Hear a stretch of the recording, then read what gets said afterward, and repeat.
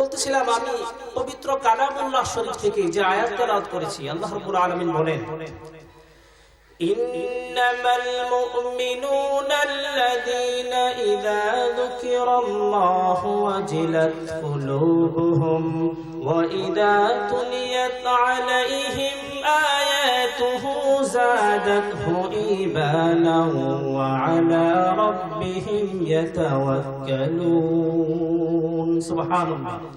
আল্লাহ রাব্বুল আলামিন কি সুন্দর করে বলেছেন, ইন্নামাল মুমিনুনা আল্লাযীনা ইযা যুকিরাল্লাহ, মুমিন ওই সমস্ত লোক, ইযা যুকিরাল্লাহু ওয়াজিলাত কুলুবুহুম, যারা আল্লাহ রাব্বুল আলামিনের কথা শুনে যাদের অন্তরে কম্পন সৃষ্টি হয়। আল্লাহ রাব্বুল আলামিন বলেন, ইযা যুকিরাল্লাহু ওয়াজিলাত কুলুবুহুম, তাদের অন্তরে আল্লাহ রাব্বুল আলামিনের কথা শুনে, রাসূলের কথা শুনে তাদের অন্তরে কম্পন সৃষ্টি হয়। ইযা যুকিরাল্লাহু ওয়াজিলাত কুলুবুহুম ওয়া ইযা তুলিয়াত আলাইহিম আয়াতুহু যাদাতহু ঈমানা। সুবহানাল্লাহ। আল্লাহ রাব্বুল আলামিন কি বলেছেন শুনবেন? আল্লাহ রাব্বুল আলামিন বলেন, যখন পবিত্র কালামুল্লাহ শরীফের কথা হয়, হাদিসের কথা হয়, তখন ওই সমস্ত ঈমানদারের ঈমান বৃদ্ধি পেতে থাকে। বলুন সুবহানাল্লাহ। ঈমান শুধু বৃদ্ধি পেতে থাকে। ইযা যুকিরাল্লাহু ওয়াজিলাত কুলুবুহুম ওয়া ইযা তুলিয়াত আলাইহিম আয়াতুহু যাদাতহু ঈমানা ওয়া আলা রাব্বিহিম ইয়াতাওয়াক্কালুন।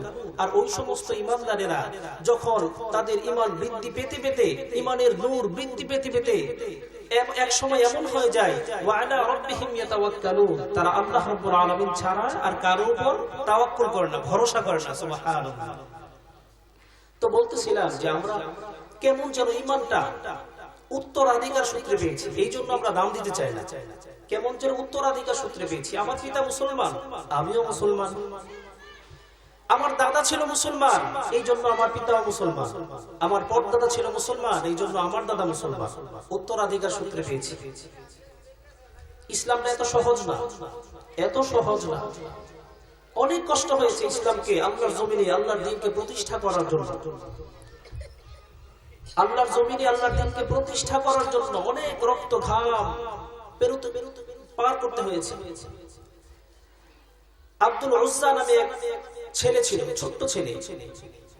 ছোট্টকালে তার পিতা ইন্তেকাল করে।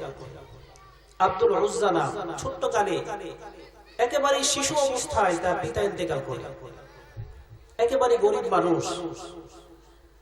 তো তার চাচা ভাবলো কি যে এই ছোট্ট ছেলেটাকে আমি নিয়ে লালন পালন করি, দেখার মতো কেউ নাই।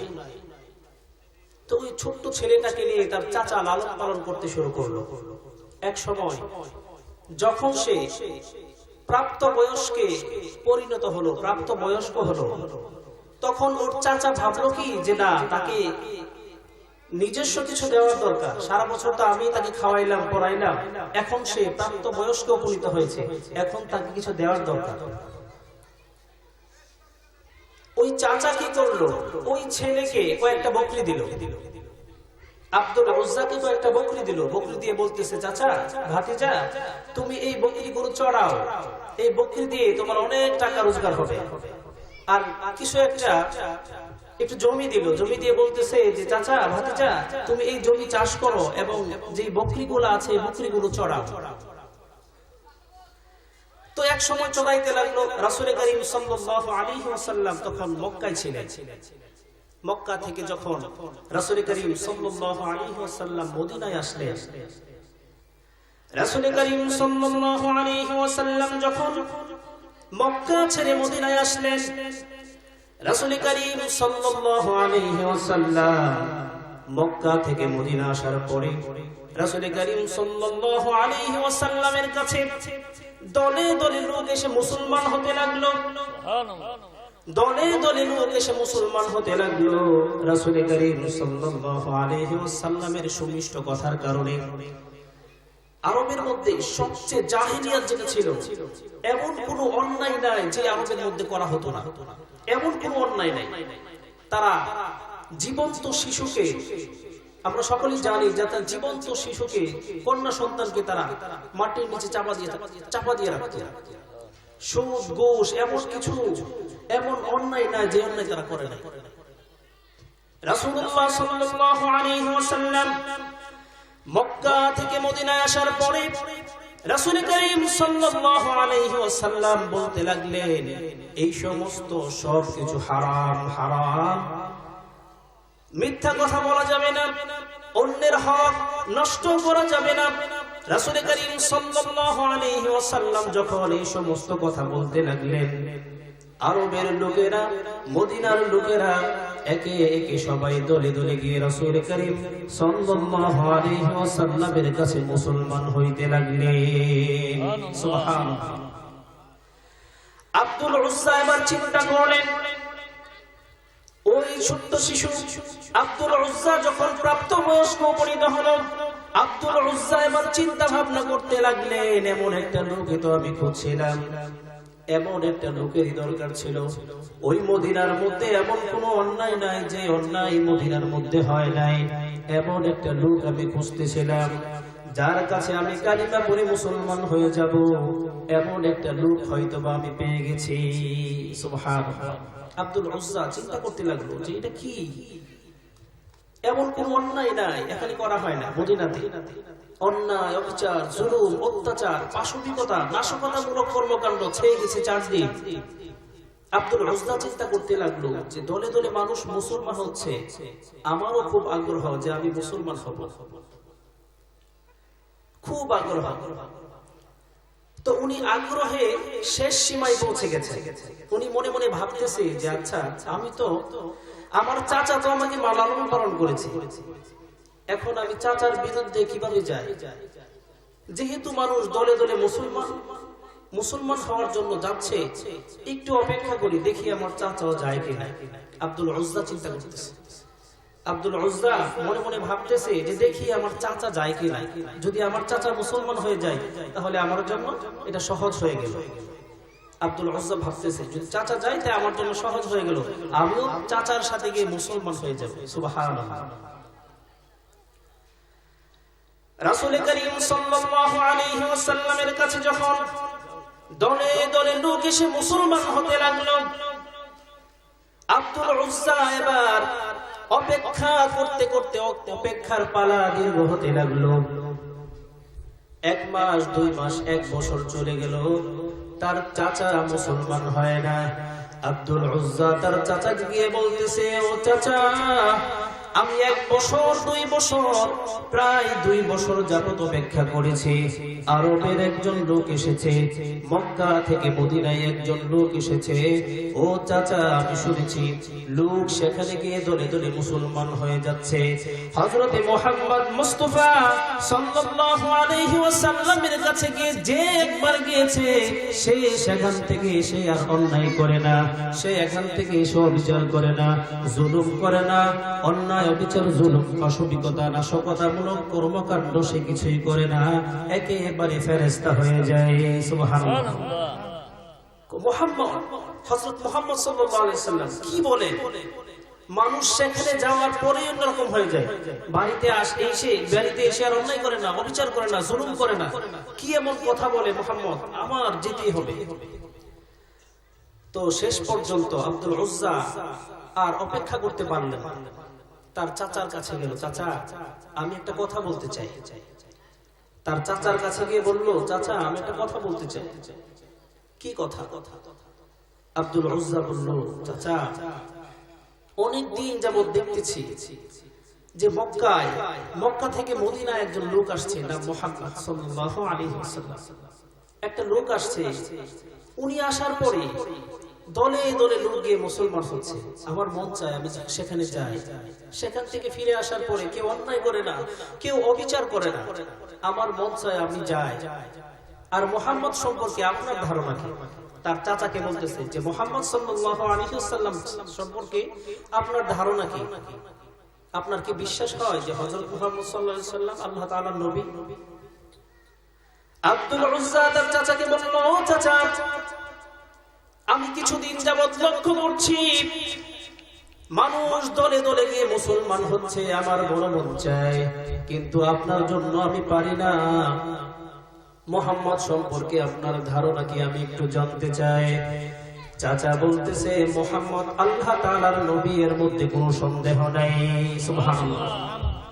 তার চাচা বলতেছে যে মুহাম্মদ যে আল্লাহ তাআলার নবী, এর মধ্যে কোনো সন্দেহ নাই। তার মনের মধ্যে প্রশান্তি লাভ করল। সে ভাবতেছে যে তাহলে মনে হয় আমার জন্য মুসলমান হওয়া একেবারে সহজ একটা বিষয় হবে। তারপরে তার চাচা বলতে লাগলো, কিন্তু আমি সেখানে যেতে পারবো না। নাউজুবিল্লাহ।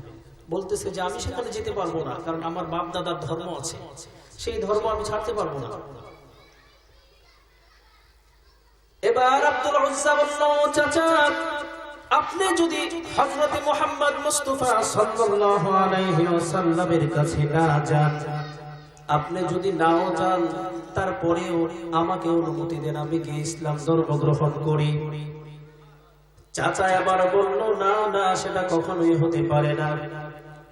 আব্দুল উজ্জা বলল, যে কোনো কিছুর বিনিময়ে আমি হযরতে মুহাম্মদ মুস্তাফা সাল্লাল্লাহু আলাইহি ওয়াসাল্লামের কাছে চলে যাব। সুবহানাল্লাহ। চাচা এবার বলতেছে, ও আব্দুল উজ্জা, আমি তোমাকে ছোট্ট কাল থেকে লালন পালন করেছি, তোমার সব কিছু আমার পক্ষ থেকে হয়েছে।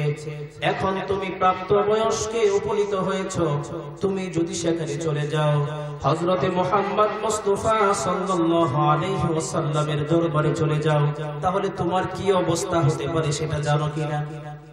সে বলতেছে, তুমি যদি সেখানে চলে যাও, তোমার কি ভয়াবহ অবস্থা হবে তুমি সেটা জানো? কি ভয়াবহ অবস্থা হবে? আব্দুল উজ্জা বলতেছে, ও চাচা, কি হবে আমার, আমি যদি হযরতে মুহাম্মদ মুস্তাফা সাল্লাল্লাহু আলাইহি ওয়াসাল্লামের কাছে চলে যাই?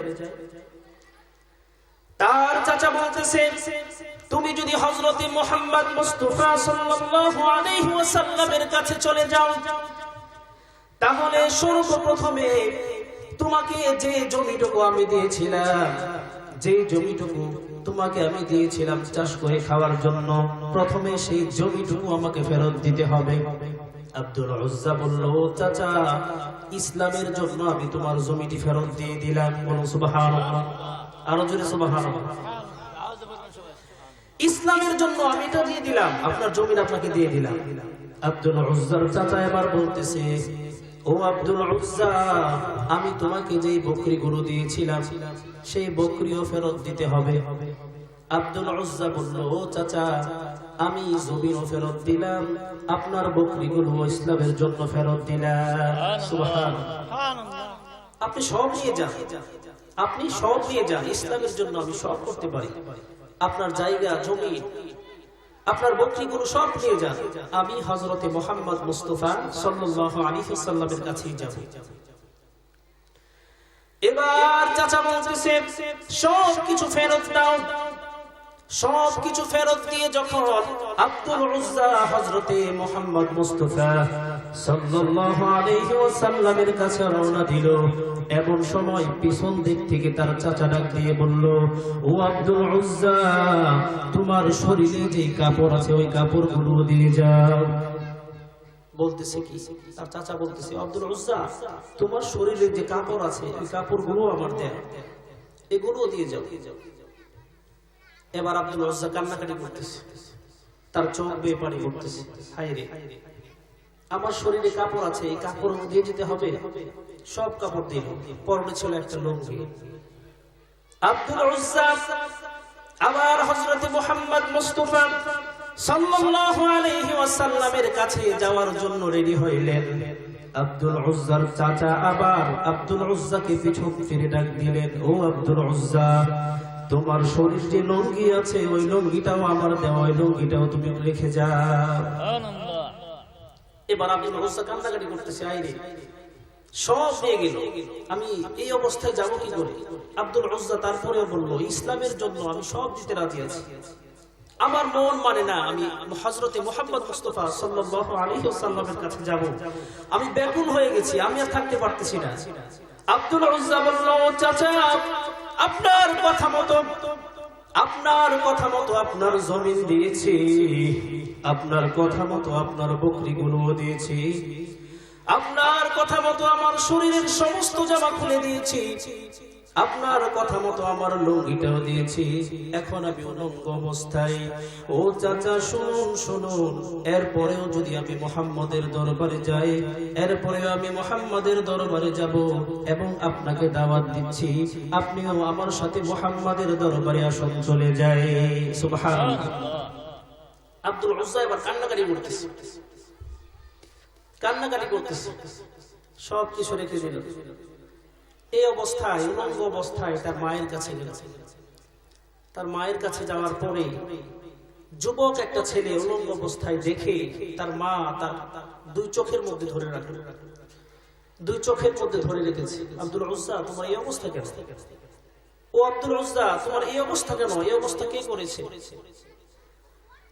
আব্দুল উজ্জা তার মাকে বলল, ও আম্মা জান, ইসলামের জন্য, ইসলামের জন্য আমার জায়গা জমি সব কিছু দিয়ে এসেছি, ইসলামের জন্য আমার শরীরে জামা দিয়ে এসেছি। আমি হযরতে মুহাম্মদ মুস্তাফা সাল্লাল্লাহু আলাইহি ওয়াসাল্লামের কাছে চলে যাব।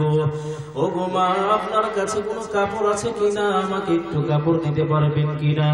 হযরতে আব্দুল উজ্জার মা বলতেছে, ও আব্দুল উজ্জা, আমার কাছে তো কোনো কাপড় নাই, তবে একটা চাদর আছে, একটা পাতলা কম্বল আছে, যেই কম্বলটা দুই জায়গায় ছেঁড়া, এটা তুমি নিতে পারো। আব্দুল উজ্জা বলল, মা, আমাকে ওইটাই দাও, আমি ওইটা পরি হযরতে মুহাম্মদ মুস্তাফা সাল্লাল্লাহু আলাইহি ওয়াসাল্লামের কাছে চলে যাব। রাসূলুল্লাহ সাল্লাল্লাহু আলাইহি ওয়াসাল্লামকে দেখার জন্য আমার মনটা ব্যাকুল হয়ে আছে, আমি আর সহ্য করতে পারছি না, আমি তাড়াতাড়ি রাসূল করিম সাল্লাল্লাহু আলাইহি ওয়াসাল্লামের কাছে চলে যাব। হযরতে আব্দুল উজ্জার মা যখন ওই একটা চাদর দিল, ওই চাদরটাকে দুই খণ্ড করে এক খণ্ড নিচে পড়লো, আরেক খণ্ড উপরে পড়লো। আব্দুল উজ্জা হেঁটে হেঁটে রাসূল করিম সাল্লাল্লাহু আলাইহি ওয়াসাল্লামের দরবারে গেল। রাসূল করিম সাল্লাল্লাহু আলাইহি ওয়াসাল্লামের দরবারে গিয়ে রাসূল করিম সাল্লাল্লাহু আলাইহি ওয়াসাল্লামকে বলতেছে, ইয়া রাসূলুল্লাহ, ইয়া হাবিবাল্লাহ, আমাকে আগে আপনি পড়িয়ে দিন লা ইলাহা ইল্লাল্লাহু মুহাম্মাদুর রাসূলুল্লাহ সাল্লাল্লাহু আলাইহি ওয়াসাল্লাম। রাসূল করিম সাল্লাল্লাহু আলাইহি ওয়াসাল্লামের কাছে গিয়ে বলতেছি, ইয়া রাসূলুল্লাহ, আমাকে আগে আপনি পড়ান যে লা ইলাহা ইল্লাল্লাহু মুহাম্মাদুর রাসূলুল্লাহ, কারণ আমার মনের ভিতর যে ব্যাকুলতা, আমাকে আগে এটা পড়ান। রাসূল করিম সাল্লাল্লাহু আলাইহি ওয়াসাল্লাম বলতেছে যে, আব্দুল উজ্জা, তোমার এই অবস্থা কেন? তোমার এই অবস্থা কেন? রাসূল করিম সাল্লাল্লাহু আলাইহি ওয়াসাল্লামের কাছে সব কিছু বললেন যে, ইয়া রাসূলুল্লাহ, আমার তো এই অবস্থা হয়েছে, ইসলামের জন্য আমি সব ত্যাগ করে এসেছি, ইসলামের জন্য আমি সব ত্যাগ করে এসেছি। সমস্ত ঘটনা রাসূল করিম সাল্লাল্লাহু আলাইহি ওয়াসাল্লামকে বললেন। রাসূল করিম সাল্লাল্লাহু আলাইহি ওয়াসাল্লাম সব শুনে চোখের পানি ছেড়ে দিয়ে বলতেছে, ও আব্দুল উজ্জা, তোমার নাম আজ থেকে আব্দুল উজ্জা না, তোমার নাম আজ থেকে আব্দুল্লাহ যুল বাদাজাইন। তোমার নাম আব্দুল উজ্জা না, তোমার নাম আজ থেকে আব্দুল্লাহ যুল বাদাজাইন। সাহাবীদেরকে বললেন, ও সাহাবীরা, তোমরা আব্দুল্লাহ যুল বাদাজাইন, আব্দুল্লাহকে কোরআন শিক্ষা দাও, তোমরা আব্দুল্লাহকে কোরআন শিক্ষা দাও। সকল সাহাবীরা মিলে কোরআন শিক্ষা দিতে লাগলেন।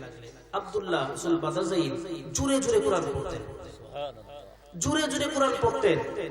রাসূল করিম সাল্লাল্লাহু আলাইহি ওয়াসাল্লামের কাছে কয়েকজন এসে নালিশ করতেছে, ইয়া রাসূলুল্লাহ, আব্দুল্লাহ যুল বাদাজাইন অনেক জোরে জোরে কোরআন পড়ে, এইজন্য আমরা ঘুমাতে পারি। রাসূল করিম সাল্লাল্লাহু আলাইহি ওয়াসাল্লাম বললেন, ও আমার সাহাবারা, আব্দুল্লাহ যুল বাদাজাইনের মনে অনেক কষ্ট, ইমানের জন্য সবকিছু ছেড়ে দিয়েছে, সেই জোরে জোরেই পড়ো, তোমরা কিছু বলো না তাকে। আব্দুল্লাহ যুল বাদাজাইন জোরে জোরে কোরআন পড়ো, ওর মনে অনেক কষ্ট, ইমানের জন্য সব হারিয়েছে, ইমানের জন্য সব হারিয়েছে, তাকে জোরে জোরেই পড়তে দাও। সুবহানাল্লাহ। আব্দুল্লাহ যুল বাদাজাইন যখন রাসূল করিম সাল্লাল্লাহু আলাইহি ওয়াসাল্লামের কাছে থাকতে লাগলো, কয়েকদিন পরে যুদ্ধের দামামা বেজে গেল, তাবুক যুদ্ধের দামামা বেজে গেল। তাবুক যুদ্ধের জন্য ডাক আসছে, তাবুক যুদ্ধের মধ্যে কে যাইবা? সবাই যে যেমন পারলো যুদ্ধের সরঞ্জাম প্রস্তুত করলো। আব্দুল্লাহ যুল বাদাজাইন বলতেছে, ইয়া রাসূলুল্লাহ, আমি তো কিছুই দিতে পারবো না। আব্দুল্লাহ যুল বাদাজাইন বলতেছে, ইয়া রাসূলুল্লাহ, সবাই টাকা দিয়ে অর্থ দিয়ে সাহায্য করেছে, আমি তো কিছুই দিতে পারবো না, ইয়া রাসূলুল্লাহ আমার জীবনটাই ইসলামের জন্য দিয়ে দিলাম, আপনি আমার জন্য দোয়া করুন ইসলামকে মক্কার জমিনে প্রতিষ্ঠা করার জন্য, আল্লাহর জমিনে ইসলামকে প্রতিষ্ঠা করার জন্য। সবাই অনেক কিছু দিয়েছে, টাকা করে অর্থ করে দিয়েছে, কিন্তু আমি কিছুই দিতে পারলাম না। ইয়া রাসূলুল্লাহ আমার জীবনটা উৎসর্গ করে দিলাম, আপনি আমার জন্য দোয়া করে দিন যেন আমি তাবুক যুদ্ধে শহীদ হয়ে যাই। সুবহানাল্লাহ। আব্দুল্লাহ যুল বাদাজাইন বলতেছে যে আমার কাছে তো কিছুই নাই, যাই একটু ছিল আমার চাচা সব রেখে দিয়েছে, এখন কিচ্ছু নাই। ইয়া রাসূলুল্লাহ আমাকে একটু দোয়া করুন যেন আমি ইসলামকে আল্লাহর জমিনে প্রতিষ্ঠা করার জন্য যেন শহীদ হয়ে যায়, আমার জীবনটাই দিতে চাই। রাসূল করিম সাল্লাল্লাহু আলাইহি ওয়াসাল্লাম আব্দুল্লাহ যুল বাদাজাইনের কথা শুনে রাসূল করিম সাল্লাল্লাহু আলাইহি ওয়াসাল্লাম দোয়া করলেন, রব্বুল আলামিন কাফেরদের জন্য আব্দুল উজ্জা আব্দুল্লাহ যুল বাদাজাইনের রক্ত হারাম করে দিন। সুবহানাল্লাহ। আব্দুল্লাহ যুল বাদাজাইন এবার রাসূল করিম সাল্লাল্লাহু আলাইহি ওয়াসাল্লামকে বলতেছে, ইয়া রাসূলুল্লাহ এটা কি দোয়া করলেন? আমি তো শহীদ হতে চেয়েছিলাম, আমি বলেছি যে আমার জন্য এমন দোয়া করুন যেন আমি ইসলামকে প্রতিষ্ঠা করার জন্য, আল্লাহর জমিনে আল্লাহর দ্বীনকে বাস্তবায়ন করার জন্য লড়তে শহীদ হয়ে যায়। আপনি দোয়া করলেন এমন দোয়া যে আমার রক্ত যেন কাফেরদের উপর হারাম হয়ে যায়, তাহলে তো আমি শহীদ হতে পারবো না। রাসূল করিম সাল্লাল্লাহু আলাইহি ওয়াসাল্লাম বলতেছে, আব্দুল্লাহ যুল বাদাজাইন তুমি যদি এখন জ্বরে আক্রান্ত হয়েও মারা যাও, তারপরেও তুমি শহীদ হয়ে মারা যাইবা। সুবহানাল্লাহ। তো তাবুক যুদ্ধ শেষ হলো, 30 দিন রাসূল করিম সাল্লাল্লাহু আলাইহি ওয়াসাল্লাম সেখানে অবস্থান করলেন। অবস্থান করার কিছুদিন পরে আব্দুল্লাহ যুল বাদাজাইনের সম্বন্ধে রাসূল করিম সাল্লাল্লাহু আলাইহি ওয়াসাল্লামের কাছে খবর আসলো, ইয়া রাসূলুল্লাহ আব্দুল্লাহ যুল বাদাজাইন তো ইন্তেকাল করেছে, জ্বরে আক্রান্ত হয়ে ইন্তেকাল করেছে। রাসূল করিম সাল্লাল্লাহু আলাইহি ওয়াসাল্লাম এই খবরটা শুনে চোখ বেয়ে পানি পড়তে লাগলো, হায় রে আব্দুল্লাহ যুল বাদাজাইন ইসলামের জন্য কত কষ্ট করেছে। রাসূল করিম সাল্লাল্লাহু আলাইহি ওয়াসাল্লাম বললেন যে আব্দুল্লাহ যুল বাদাজাইনের লাশটাকে আমি নিজের হাতে কবরে রাখবো। বলে সুবহানাল্লাহ। আমার রাসূল যদি একটা কবরে লাশ রাখে, এর চেয়ে সুসংবাদ আর কিছু হতে পারে? আর কিছু হতে পারে? বললো যে আমি নিজে আব্দুল্লাহ যুল বাদাজাইনের কবর, আব্দুল্লাহ যুল বাদাজাইনের লাশটাকে আমি নিজের হাতে রাখবো। হযরতে আবু বকর, হযরতে ওমর এই দুইজন আব্দুল্লাহ যুল বাদাজাইনের লাশটাকে কবরের কাছে নিয়ে আসলেন। কবরের কাছে নিয়ে আসার পরে রাসূল করিম সাল্লাল্লাহু আলাইহি ওয়াসাল্লাম তাকে কবর দিলেন। কবরস্থ করার পরে রাসূল করিম সাল্লাল্লাহু আলাইহি ওয়াসাল্লাম আব্দুল্লাহ যুল বাদাজাইনের লাশটাকে দাফন করার পরে আল্লাহ রাব্বুল আলামিনের কাছে এমন একটা দোয়া করলেন, রাসূল করিম সাল্লাল্লাহু আলাইহি ওয়াসাল্লাম আল্লাহ রাব্বুল আলামিনের কাছে দোয়া করলেন, রব্বুল আলামিন আব্দুল্লাহ যুল বাদাজাইনের উপর আমি রাজি খুশি আছি, দয়া করে মায়া করে আপনিও আব্দুল্লাহ যুল বাদাজাইনের প্রতি রাজি খুশি হয়ে যান। সুবহানাল্লাহ। চিন্তা করে দেখুন, রাসূল করিম সাল্লাল্লাহু আলাইহি ওয়াসাল্লাম যদি এটা বলে যে আমি আব্দুল্লাহ যুল বাদাজাইনের উপর রাজি খুশি আছি, আমি রাজি খুশি আছি, আল্লাহ আপনিও রাজি খুশি হয়ে যান, তাহলে আর কিছু দরকার আছে? আর কিছু দরকার নাই। এই দোয়া শুনে হযরতে আব্দুল্লাহ ইবনে মাসউদ রাদিয়াল্লাহু তাআলা পাশেই ছিলেন, উনি বলতেছে, রব্বুল আলামিন আমি যদি আজকে আব্দুল্লাহ যুল বাদাজাইনের লাশের জায়গায় আমি থাকতাম, আমি যদি আব্দুল্লাহ যুল বাদাজাইনের লাশের জায়গায় থাকতাম, তাহলে আমি আর কিচ্ছু চাইতাম না। এমন সৌভাগ্য কার আছে? তো বলতেছিলাম যে ঈমান খুব দামি একটা জিনিস। আমার মূল কথা হচ্ছে ঈমান বড় দামি জিনিস। আমরা কেমন যেন উত্তরাধিকার সূত্রে পেয়ে গেছি। আমার পিতা মুসলমান, এই জন্য আমিও মুসলমান। আমার দাদা মুসলমান, এই জন্য আমার পিতা মুসলমান। ইসলামটা এত সহজে আসে নাই। সাদ ইবনে আবি ওয়াক্কাস রাদিয়াল্লাহু তাআলা নতুন মুসলমান হয়েছে। সাদ ইবনে আবি ওয়াক্কাস রাদিয়াল্লাহু তাআলা আনহু নতুন মুসলমান হয়েছে। সাদ ইবনে আবি ওয়াক্কাস রাদিয়াল্লাহু তাআলা আনহু ওনার মার কথা এত শুনতেন, বাধ্য সন্তান যাকে বলে, বাধ্য সন্তান ছিলেন, মায়ের বাধ্য সন্তান ছিলেন। তো আব্দুল্লাহ রাসূল করিম সাল্লাল্লাহু আলাইহি ওয়াসাল্লামের দরবারে গিয়ে সাদ ইবনে আবি ওয়াক্কাস রাদিয়াল্লাহু তাআলা আনহু মুসলমান হয়ে গেলেন। সুবহানাল্লাহ বলে। আমরা যদি একটু সামনে বসি তাহলে মনে হয় ভালো হয়। সামনে অনেক জায়গা আছে, আমরা একটু দয়া করে সামনে চলে আসি। আপনারা পিছে বসেন না, সামনে আসেন না। সামনে অনেক জায়গা আছে, বিষয়টা একটু দৃষ্টিকটু মনে হয়। প্রিয় ভাইয়েরা, আমরা একটু সামনে চলে আসি ইনশাআল্লাহ। ইনশাআল্লাহ সামনে আসেন, সবাই সামনে আসেন।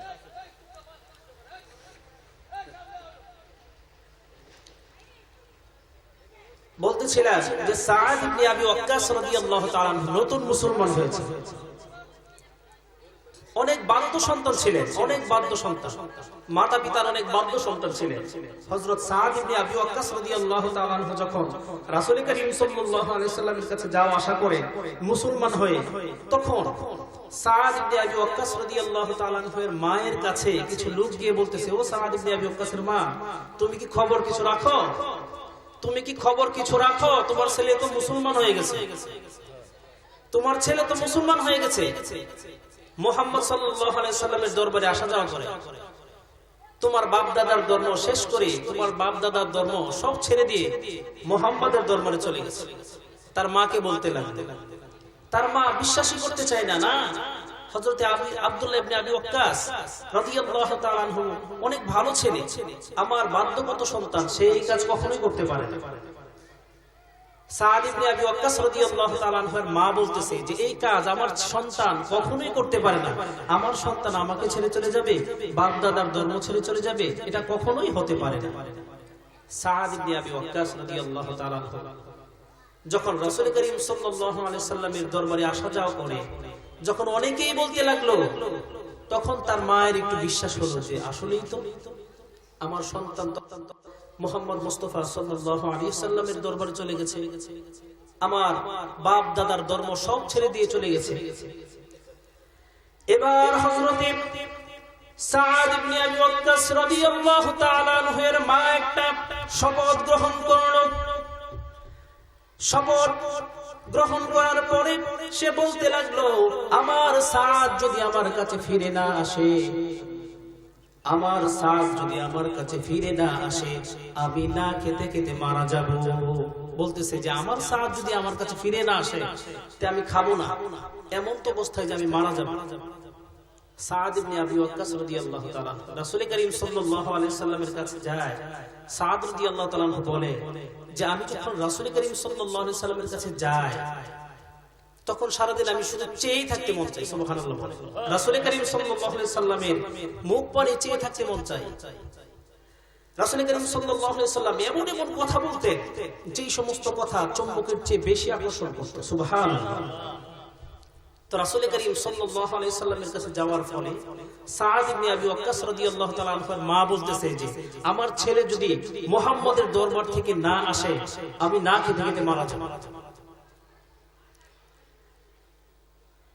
এভাবে যখন সাদ ইবনে আবি ওয়াক্কাস রাদিয়াল্লাহু তাআলা আনহুর মা যখন শপথ গ্রহণ করলো, আমার সাদ যদি আমার কাছে ফিরে না আসে, আমি না খেতে খেতে মারা যাব, হযরত সাদ ইবনে আবি ওয়াক্কাস রাদিয়াল্লাহু তাআলা আনহুর কাছে এই সংবাদটা পৌঁছে গেল। হযরত সাদ ইবনে আবি ওয়াক্কাস রাদিয়াল্লাহু তাআলা আনহু প্রথম দিন চলে গেল, বাড়িতে ফিরে আসে না। হযরত সাদ ইবনে আবি ওয়াক্কাস রাদিয়াল্লাহু তাআলা আনহুর মাও কিছু খায় না, প্রথম দিন চলে গেল। এভাবে দ্বিতীয় দিনও যায়, সকাল যায়, বিকাল যায়, হযরত সাদ ইবনে আবি ওয়াক্কাস রাদিয়াল্লাহু তাআলা আনহু বাড়িতে আসে না, বাড়িতে আসে না। দ্বিতীয় দিনও চলে গেল। তৃতীয় দিন যায়, যায় অবস্থা হযরত সাদ ইবনে আবি ওয়াক্কাস রাদিয়াল্লাহু তাআলা আনহুর মা বলতেছে, হযরত সাদ ইবনে আবি ওয়াক্কাস রাদিয়াল্লাহু তাআলা আনহু যদি না আসে, আমি 2 দিন কিছু খাই নাই, আজ তৃতীয় দিন এমন ভাবে আমি না খেতে খেতে মারা যাব। হযরত সাদ ইবনে আবি ওয়াক্কাস রাদিয়াল্লাহু তাআলা আনহু তৃতীয় দিন বাড়িতে ফিরে আসলেন।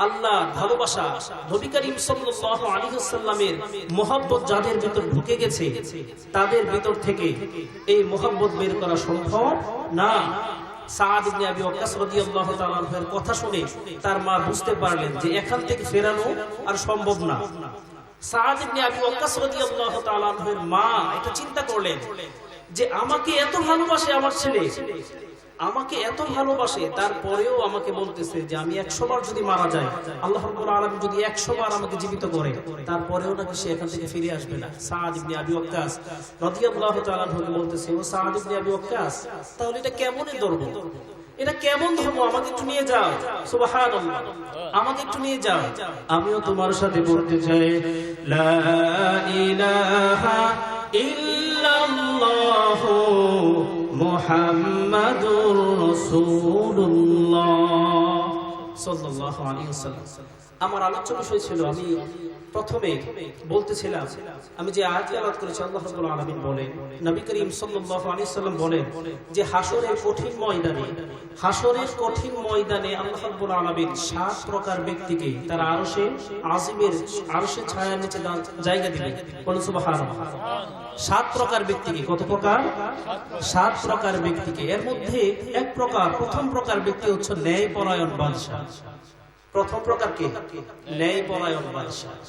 আমরা সকলেই জানি যে ন্যায়পরায়ণ বাদশা বলতে মুফাসসিরিনে কেরাম বলেন, মুহাদ্দিসিনে কেরাম বলেন যে ন্যায়পরায়ণ বাদশা বলতে এখানে কি শুধু বাদশাকে উদ্দেশ্য করা হয়েছে? এলাকার চেয়ারম্যান আছে, মেম্বার আছে, মন্ত্রী আছে, এমপি আছে, সকলকে উদ্দেশ্য করা হয়েছে, যারা দায়িত্বে আছে। প্রথম প্রকার ব্যক্তি হচ্ছে ওই ব্যক্তি যারা ন্যায়পরায়ণ, যারা সুন্দরভাবে বিচার কার্য ফায়সালা করতে পারে। হযরত ওমরের জমানায় হযরত ওমর রাদিয়াল্লাহু তাআলা রাত্রে ঘোরাফেরা করতেন প্রজাদের অবস্থা পর্যবেক্ষণ করার জন্য।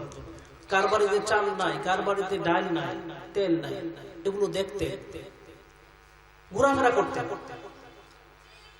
হযরত ওমর রাদিয়াল্লাহু তাআলা একদিন এক সাহাবীকে সাথে নিয়ে ঘোরাফেরা করতেছেন, এমন সময় বাড়ির ভিতর থেকে কিছু কান্নার শব্দ শুনতে পাওয়া গেল। হযরত ওমর রাদিয়াল্লাহু তাআলা তাড়াতাড়ি গেল সেই বাড়িতে। যাওয়ার পরে বলতেছে, ও মা, আপনার সন্তানরা কান্নাকাটি করতেছে কেন? ভিতর থেকে আওয়াজ আসলো, ভিতর থেকে আওয়াজ আসলো যে আমার স্বামী অনেকদিন আগে মারা গেছে, মারা যাওয়ার পরে আমার যে সন্তান আদি আছে তাদেরকে লালন পালন করা, তাদেরকে খাবার দেওয়া আমার পক্ষে খুব কষ্টসাধ্য একটা বিষয়। হযরত ওমর রাদিয়াল্লাহু তাআলা বলতেছে, আপনার ঘরে কি খাবার নাই? মহিলা বলতেছে যে না, আমার ঘরে খাবার নাই। তাহলে কি জাল দিচ্ছেন চুলার মধ্যে? কই এমনি সান্ত্বনা দিচ্ছি। বলতেছে যে আমি চুলার মধ্যে পানি দিয়ে সন্তানদেরকে সান্ত্বনা দিচ্ছি, এক সময় তারা কান্নাকাটি করতে করতে ঘুমিয়ে পড়বে। হযরত ওমর রাদিয়াল্লাহু তাআলা চোখের পানি ছেড়ে দিলেন। হযরত ওমর রাদিয়াল্লাহু তাআলা বলতেছে, ও মা, আপনি কি শাসকের কাছে যান নাই? আপনার এই দুরবস্থার কথা শাসককে বলেন নাই? এবার মহিলা বলতেছে, আমি কেন শাসকের কাছে যাব? শাসক আমার কাছে আসবে, আমি আল্লাহর দরবারে জবাবদিহি করতে হবে না, ওই শাসককে জবাবদিহি করতে হবে। হযরত ওমর রাদিয়াল্লাহু তাআলা শক খেয়ে গেলেন, কি বলে এসব? হযরত ওমর রাদিয়াল্লাহু তাআলা এই কথা শুনে তাড়াতাড়ি বাইতুল মালের দিকে চলে গেলেন। বাইতুল মালে গিয়ে সাহাবীকে বললেন, ও সাহাবী, আটার বস্তাটা আমার পিঠের মধ্যে তুলে দাও। সাহাবী বলতেছে, ওমর, হযরত ওমর আমিরুল মুমিনিন, আপনার পিঠে আটার বস্তা নিতে হবে না, আটার বস্তাটা আমার পিঠে আমি দিচ্ছি। হযরত ওমর রাদিয়াল্লাহু তাআলা বললেন, ও সাহাবী, আজকে হয়তো আটার বস্তা তুমি তোমার কাঁধের মধ্যে নেবে, আল্লাহ রাব্বুল আলামিন যদি কঠিন ওই ময়দানে আমাকে জিজ্ঞেস করে, ওমর, তুমি থাকা অবস্থায়, তুমি আমিরুল মুমিনিন থাকা অবস্থায় কেন ওই শিশুগুলো না খেয়ে থাকলো, যদি আমাকে জিজ্ঞাসা করে, তাহলে কি হবে? ওই বোঝা তুমি নিতে পারবে? আটার বস্তা না হয় তুমি এখন নিয়ে নিলে, কিন্তু আখেরাতে যখন আমার পাপের বোঝা তুমি নিতে পারবা না, সুতরাং আমার কাছেই দাও। তারা হচ্ছিল শাসক, তারা হচ্ছিল সুলতান, দেশ কিভাবে পরিচালনা করতে হবে আল্লাহ রাব্বুল আলামিন বলেন, রাসূল করিম সাল্লাল্লাহু আলাইহি সাল্লাম বলেন, এই প্রকার লোককে আমি আরশে আজিমের ছায়ার নিচে ছায়া দান করব। সুবহানাল্লাহ, ছায়ার নিচে জায়গা দিবেন। যেদিন সূর্যটা চলে আসবে কোথায়? মাথার উপরে। সূর্যটা এখন কোথায় আছে? 9,30,00,000 মাইল উপরে। 9,30,00,000 মাইল উপরে সূর্যটা যখন কাছে চলে আসবে, সেদিন সবাই আতঙ্কিত অবস্থায় থাকবে। হযরত রাসূল করিম সাল্লাল্লাহু আলাইহি ওয়াসাল্লাম মা আয়েশা রাদিয়াল্লাহু তাআলা আনহাকে বলতেছে, ও আয়েশা, আখিরাতের অবস্থা কি হবে তুমি জানো? হযরত আয়েশা রাদিয়াল্লাহু তাআলা আনহা বলতেছে, ইয়া রাসূলুল্লাহ, কেমন হবে?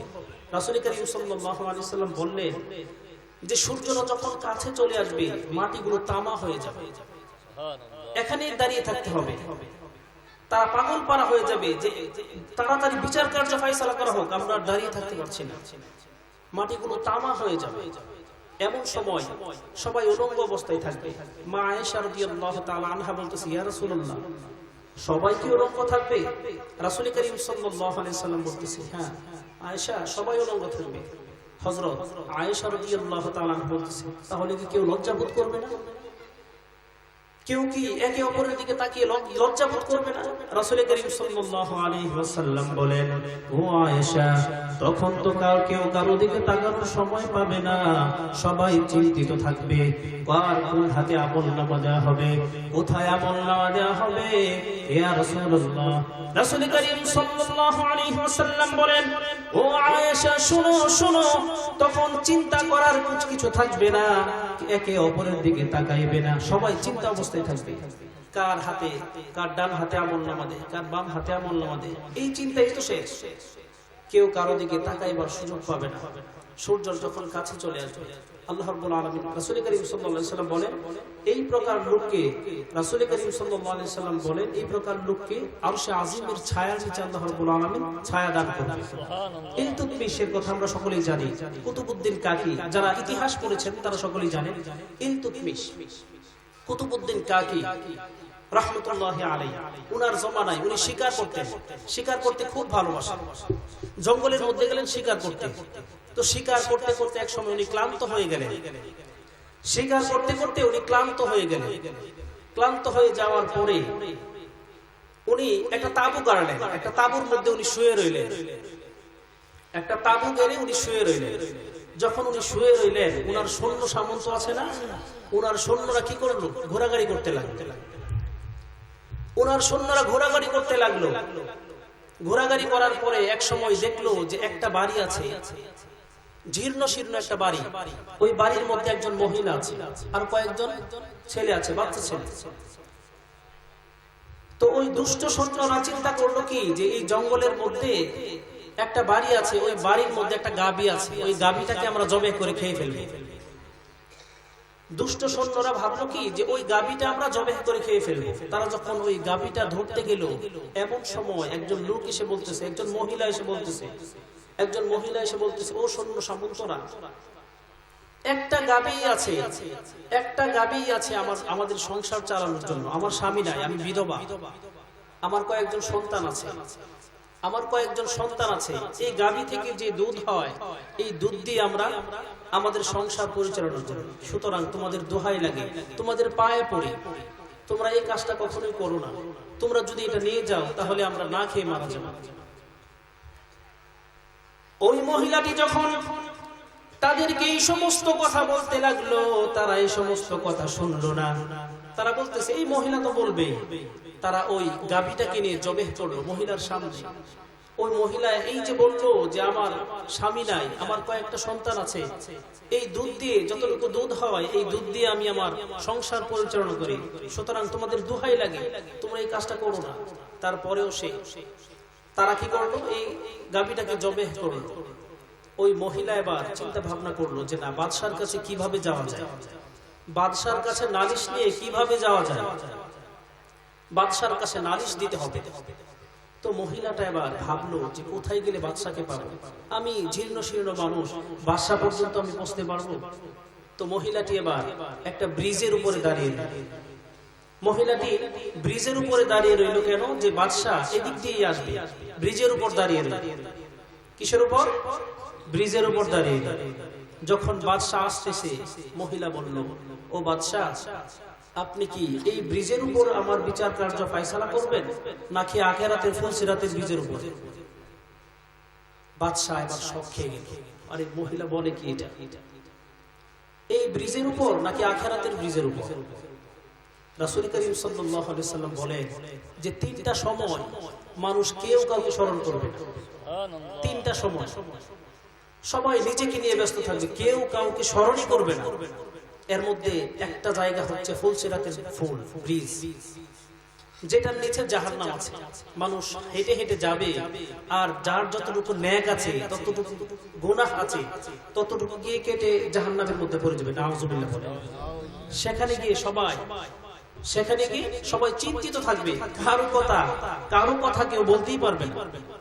আরেকটা জায়গা হচ্ছে মিজানের পাল্লা। কোথায়? মিজানের পাল্লায়। রাসূল করিম সাল্লাল্লাহু আলাইহি সাল্লাম বলেন যে মিজানের পাল্লায় যাওয়ার পরে সবাই নিজেকে নিয়ে ব্যস্ত যে আমার পাল্লা কি ভারী হবে নাকি হালকা হবে। আল্লাহ রাব্বুল আলামিন বলেন ওয়াল ওয়াজনু ইয়াওমাইযিনিল হক ফামান সাকুলাত মাওয়াজিনুহু ফাউলাইকা হুমুল মুফলিহুন ওয়া মান খাফফাত মাওয়াজিনুহু ফাউলাইকা হুমুল খাসিরুন। আল্লাহ রাব্বুল আলামিন বলেন যাদের আমলের পাল্লা ভারী হবে তারা জান্নাতে যাবে, যাদের আমলের পাল্লা ভারী হবে তারা জান্নাতে যাবে, আর যাদের আমলের পাল্লা হালকা হবে তারা ক্ষতিগ্রস্ত হবে, বিশাল ক্ষতিগ্রস্ত। তো বলতেছিলাম ওই মহিলা ওই ব্রিজের উপর গিয়ে দাঁড়িয়ে বলতেছে, ও বাদশাহ, আপনি কি এই ব্রিজের উপরে আমার বিচার কার্য ফায়সালা করবেন না আখিরাতের ব্রিজের উপরে?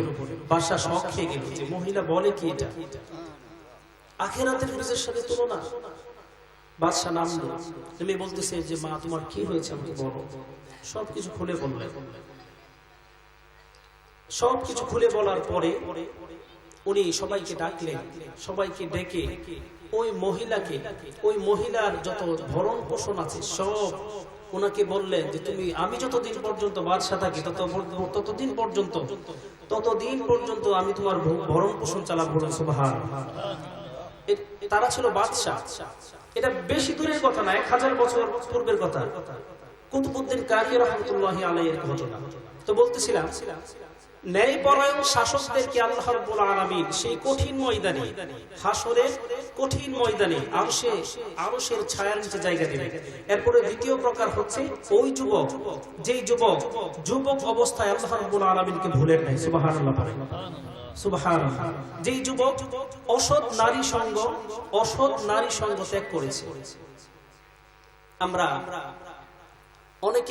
আমরা জানি যে অসৎ নারী সঙ্গ ত্যাগ করার জন্য রাসূল করিম সাল্লাল্লাহু আলাইহি ওয়াসাল্লাম বলেছেন, এবং আল্লাহ রাব্বুল আলামিন পবিত্র কালামুল্লাহ শরীফে বলেছেন যে ইন্নাহু মিন কাইদিকুন ইন্না কাইদাকুন আযীম। নিশ্চয়ই নারীদের চক্রান্ত বড় ভয়ঙ্কর। এখন আমাদের মা বোনেরা বলতে পারে যে হুজুর কি বলে, আমাদের বিরুদ্ধে বলতেছে। না, আল্লাহ রাব্বুল আলামিন পবিত্র কালামুল্লাহ শরীফ বলেছেন যে নিশ্চয়ই নারীদের চক্রান্ত বড় ভয়ঙ্কর। সব নারী না, এমন নারী আছে যাদের কথা আল্লাহ রাব্বুল আলামিন পবিত্র কালামুল্লাহ শরীফে বলেছেন। হযরত খাদিজাতুল কুবরা রাদিয়াল্লাহু তাআলা আনহা যখন মৃত্যু শয্যায় শায়িত, রাসূল করিম সাল্লাল্লাহু আলাইহি ওয়াসাল্লামকে বললেন, ইয়া রাসূলুল্লাহ, আমি যদি মারা যাই আপনি আমার কবরের পাশে দাঁড়িয়ে থাকবেন।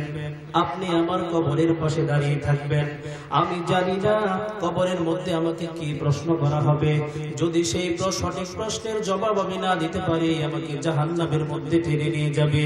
ইয়া রাসূলুল্লাহ, আপনি আমাকে কবরস্থ করে কবরের পাশে দাঁড়িয়ে থাকবেন। হযরতে খাদিজাতুল কুবরা রাদিয়াল্লাহু তাআলা বলতেছে, ইয়া রাসূলুল্লাহ, আমার ভয় হয় যদি আমাকে প্রশ্ন করা হয় আর সেই প্রশ্নের সঠিক জবাব যদি আমি না দিতে পারি, এই জন্য আপনার কাছে আমার একটা আরজি থাকবে যে আপনি কবরের পাশে দাঁড়িয়ে থাকবেন যতক্ষণ পর্যন্ত আমার প্রশ্নের উত্তর আমি না দিতে পারি। রাসূল করিম সাল্লাল্লাহু আলাইহি ওয়াসাল্লাম হযরতে খাদিজাতুল কুবরা রাদিয়াল্লাহু তাআলা আনহাকে কবরস্থ করে রাসূল করিম সাল্লাল্লাহু আলাইহি ওয়াসাল্লাম কবরের পাশে দাঁড়িয়ে রইলেন আর টিপ টিপ করে চোখের পানি ফেলছেন। হযরতে খাদিজাতুল কুবরা রাদিয়াল্লাহু তাআলা আনহা ছিল রাসূল করিম সাল্লাল্লাহু আলাইহি ওয়াসাল্লামের দুঃখের দিনের সাথে। সবাই যখন রাসূল করিম সাল্লাল্লাহু আলাইহি ওয়াসাল্লামকে মারত, রাসূল করিম সাল্লাল্লাহু আলাইহি ওয়াসাল্লামকে আঘাত করত, হযরতে খাদিজাতুল কুবরা রাদিয়াল্লাহু তাআলা আনহা রাসূলকে সান্ত্বনা দিতেন। রাসূল করিম সাল্লাল্লাহু আলাইহি ওয়াসাল্লামকে সান্ত্বনা দিতেন, বলতেন ইয়া রাসূলুল্লাহ, মানুষ এগুলো বোঝে না, তারা এগুলো করবে, আপনার কাজ আপনি করবেন। রাসূল করিম সাল্লাল্লাহু আলাইহি ওয়াসাল্লাম কবর পাশে দাঁড়িয়ে রইলেন, চোখ বেয়ে পানি পড়তে লাগলো। রাসূল করিম সাল্লাল্লাহু আলাইহি ওয়াসাল্লাম যখন কবরের পাশে দাঁড়িয়ে রইলেন, এমন সময় হযরত জিবরাইল আলাইহিস সালাতু ওয়াস সালাম রাসূল করিম সাল্লাল্লাহু আলাইহি ওয়াসাল্লামের কাছে আসলো।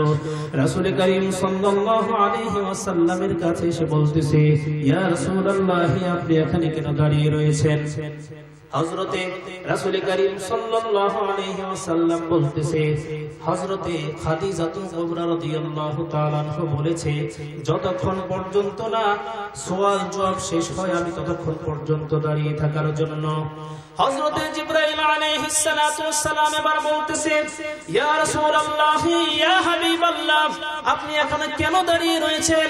হযরতে খাদিজাতুল কুবরা রাদিয়াল্লাহু তাআলা আনহার প্রশ্নের সওয়ালের জবাব স্বয়ং আল্লাহ রাব্বুল আলামিন আরশে আজিম থেকে দিয়ে দিবেন। সুবহানাল্লাহ। হযরতে খাদিজাতুল কুবরা হযরতে জিবরাইল আলাইহিস সালাতু ওয়াস সালাম বলতেছেন, ইয়া রাসূলুল্লাহ, আপনার টেনশন করার কোনো কারণ নাই, আল্লাহ রাব্বুল আলামিন স্বয়ং হযরত খাদিজাতুল কুবরা রাদিয়াল্লাহু তাআলা আনহার প্রশ্নের জবাব দিয়ে দিবে। তো বলতেছিলাম যে সকল মহিলা এমন, কিছু মহিলা আছে যে মহিলা সম্পর্কে আল্লাহ রাব্বুল আলামিন বলেন, ইন্নাহু মিন কাইদিকুন ইন্না কাইদাকুন আযীম। একজন মহিলা আর একজন পুরুষ রাস্তা দিয়ে হেঁটে যাচ্ছে, তো বলতেছে, পুরুষ বলতেছে মহিলাকে যে তুমি কি আমাকে এখন বিপদে ফেলতে পারবা? পুরুষ মহিলাকে বলতেছে, তুমি কি আমাকে এখন বিপদে ফেলতে পারবা? মহিলা বলতেছে, কতক্ষণ সময়ের ভিতরে? পুরুষ বলতেছে যে 1 মিনিটের ভিতরে কি তুমি আমাকে বিপদে ফেলতে পারবা? মহিলা বলতেছে, এটা কোন বিষয় হলো? অবশ্যই বিপদে ফেলতে পারবে।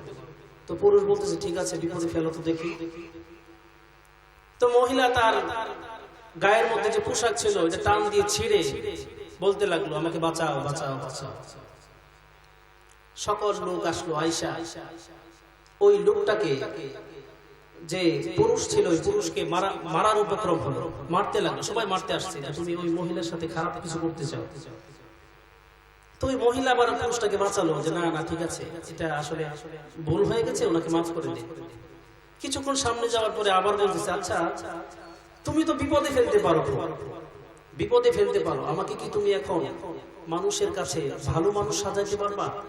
আমাকে বীর উপাধিতে ভূষিত করতে পারবা? মেয়েটা বলতেছে যে অবশ্যই পারবো, এটা কোনো বিষয় না, অবশ্যই পারবো, এটা কোনো বিষয় না।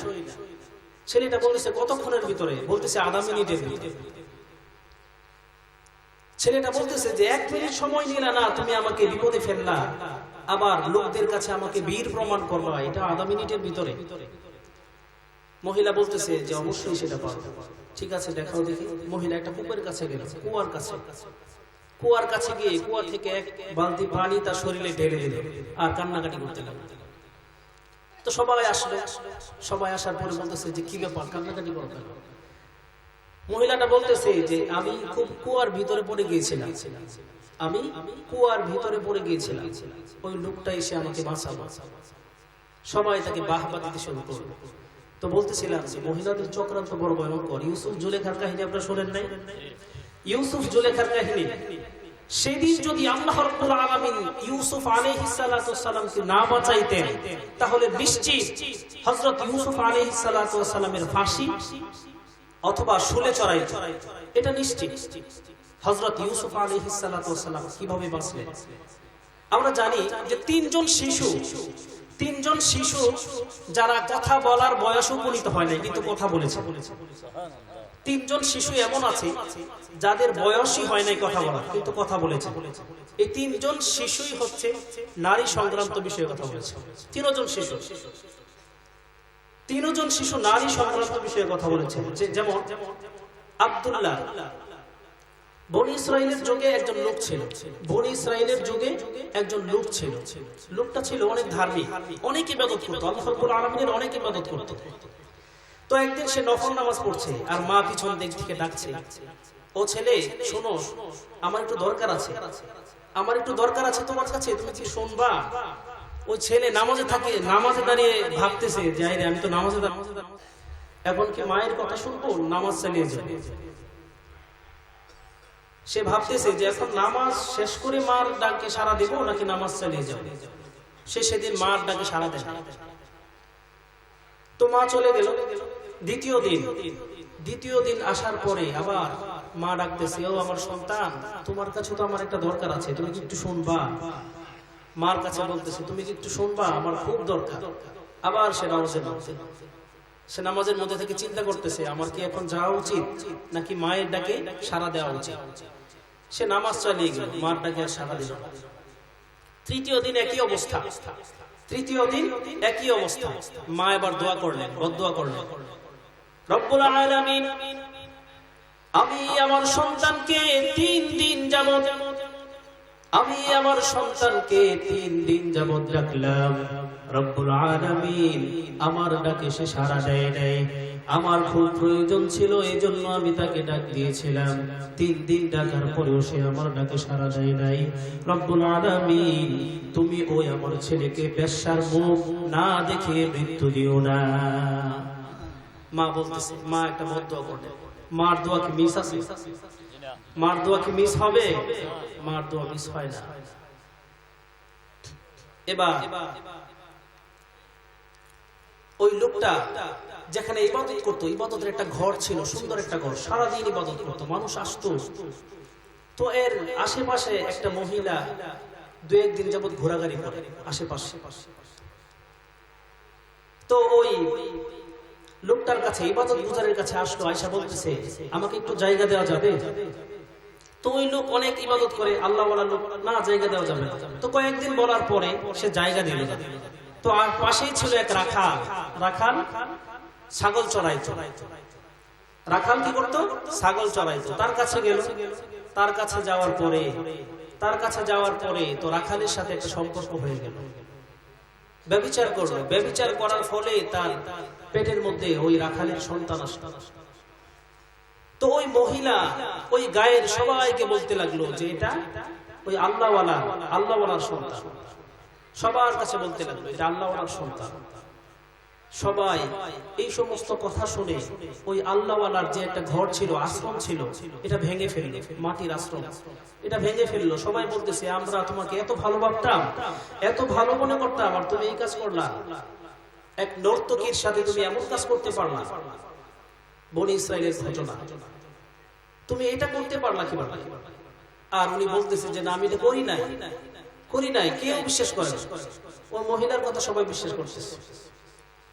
তো এক সময় ওই আল্লাহওয়ালা আল্লাহ রাব্বুল আলামিনের কাছে কাঁদতে কাঁদতে তওবা করে, অনেক তওবা করতে লাগলো। যখন ওই সন্তান ভূমিষ্ঠ হলো, ছোট্ট শিশু সন্তান ভূমিষ্ঠ হওয়ার পরে ওই আল্লাহওয়ালা সবাইকে ডাকলো। ওই আল্লাহওয়ালা মায়ের কাছে গিয়ে বললো, ও মা, আমি জানি এটা কেন হয়েছে, তোমার বদদোয়ার কারণে। তোমার মনে আছে তুমি যে বদদোয়া করেছিলা যে আমার বেশ্যার মুখ না দেখা পর্যন্ত আমার যেন মৃত্যু না হয়? আমার মনে হয় এই দোয়াটা লেগে গেছে। মা, আমাকে তুমি মাফ করে দাও। তুমি যদি আমাকে মাফ না করো তাহলে আমার অবস্থা আরো খারাপ হয়ে যাবে। আমি এই দুনিয়াতেও শেষ হয়ে যাবো, আখিরাতেও শেষ হয়ে যাবো। ওনার মা ওনাকে মাফ করে দিলেন, সুবহানাল্লাহ। তো সকলে আসলো, ছোট্ট শিশু একেবারে কুলে, কিছুদিন হয়েছে ভূমিষ্ঠ হয়েছে।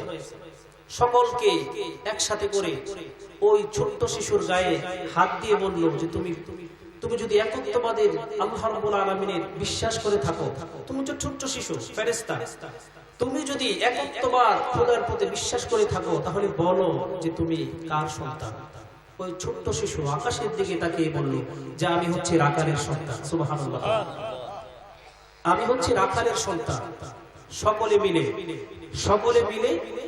বলতে বলতে লাগলো যে আমাদের ভুল হয়েছে। আল্লাহ ওয়ালাকে বলতে লাগলো যে আমাদের ভুল হয়েছে, আপনি আমাদেরকে মাফ করে দেন। আমি আপনার আশ্রম ভেঙে দিয়েছি, আপনি যদি চান আপনার আশ্রমকে আমি স্বর্ণের বানিয়ে দিব। সবাই বলতেছে, ওই আল্লাহ ওয়ালা বলতেছে যে না, আমার স্বর্ণের আশ্রমের দরকার নাই, আমার মাটি দিয়েই একটা বানিয়ে দাও। আমি জানি তোমরা ভুল করো নাই, ভুল করেছে কে? নিজেই আমি ভুল করেছি। আমি আমার মায়ের ডাকে সাড়া দেই না, মায়ের ডাকে আমি সাড়া দেই না। রাসূল করিম সাল্লাল্লাহু আলাইহি ওয়াসাল্লাম বলেন, আল জান্নাতু তাহতা আকদামিল উম্মাহাত, মায়ের পায়ের নিচে কি? সন্তানের জান্নাত। রাসূল করিম সাল্লাল্লাহু আলাইহি ওয়াসাল্লামের সাহাবী, রাসূল করিম সাল্লাল্লাহু আলাইহি ওয়াসাল্লামের এক সাহাবী মৃত্যু সজ্জায়, কালিমা নসিব হচ্ছে না। সবাই বলতেছে যে কালিমা পড়ো, কালিমা পড়ো, কালিমা নসিব হচ্ছে না। সাহাবী, যেই সাহাবী বদর যুদ্ধের সময় রাসূল করিম সাল্লাল্লাহু আলাইহি ওয়াসাল্লামের যখন তীর নিক্ষেপ করতেছিল, রাসূল করিম সাল্লাল্লাহু আলাইহি ওয়াসাল্লামের দিকে যখন তীর নিক্ষেপ করতেছিল, ওই সাহাবী রাসূল করিম সাল্লাল্লাহু আলাইহি ওয়াসাল্লামের কাছে গিয়ে দাঁড়িয়ে বুক পেতে দিয়েছিলেন যে ইয়া রাসূলুল্লাহ, যত তীর আছে সব আমার গায়ে লাগুক, আপনি আপনার গায়ে যেন একটা তীরও না লাগে। সুবহানাল্লাহ। এমন একজন সাহাবী মৃত্যু সজ্জায় শায়িত, কিন্তু মুখ দিয়ে কালিমা নসিব হচ্ছে না, মুখ দিয়ে কালিমা নসিব হচ্ছে না। সবাই আশ্চর্যজনিত, পেরেশান হয়ে গেলেন। ইয়া রাসূলুল্লাহ, রাসূল করিম সাল্লাল্লাহু আলাইহি ওয়াসাল্লামের কাছে গেলেন, ইয়া রাসূলুল্লাহ, ওই সাহাবী তো কালিমা নসিব হচ্ছে না, মৃত্যু সজ্জায় শায়িত, এখন কি করা যায়? রাসূল করিম সাল্লাল্লাহু আলাইহি ওয়াসাল্লাম বুঝার বাকি আছে। রাসূল করিম সাল্লাল্লাহু আলাইহি ওয়াসাল্লাম বুঝলেন, বুঝে তার মায়ের কাছে গেলেন। কোথায় গেলেন?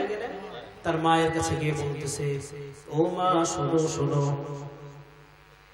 আমার সাহাবীর মুখ দিয়ে কালিমা নসিব হচ্ছে না, আমি জানি কিসের জন্য কালিমা নসিব হচ্ছে না। হযরত জিবরাইল আলাইহিস সালাতু ওয়াস সালাম আমাকে বলেছেন, মায়ের সাথে খারাপ ব্যবহার করার কারণে, মায়ের সাথে মায়ের কথা না শোনার কারণে তার কালিমা, মুখ দিয়ে কালিমা নসিব হচ্ছে না। আপনার সাথে খারাপ ব্যবহার করার কারণে কালিমা নসিব হচ্ছে না। মা এবার বলতে লাগলো, ইয়া রাসূলুল্লাহ, এটা তো ঠিক,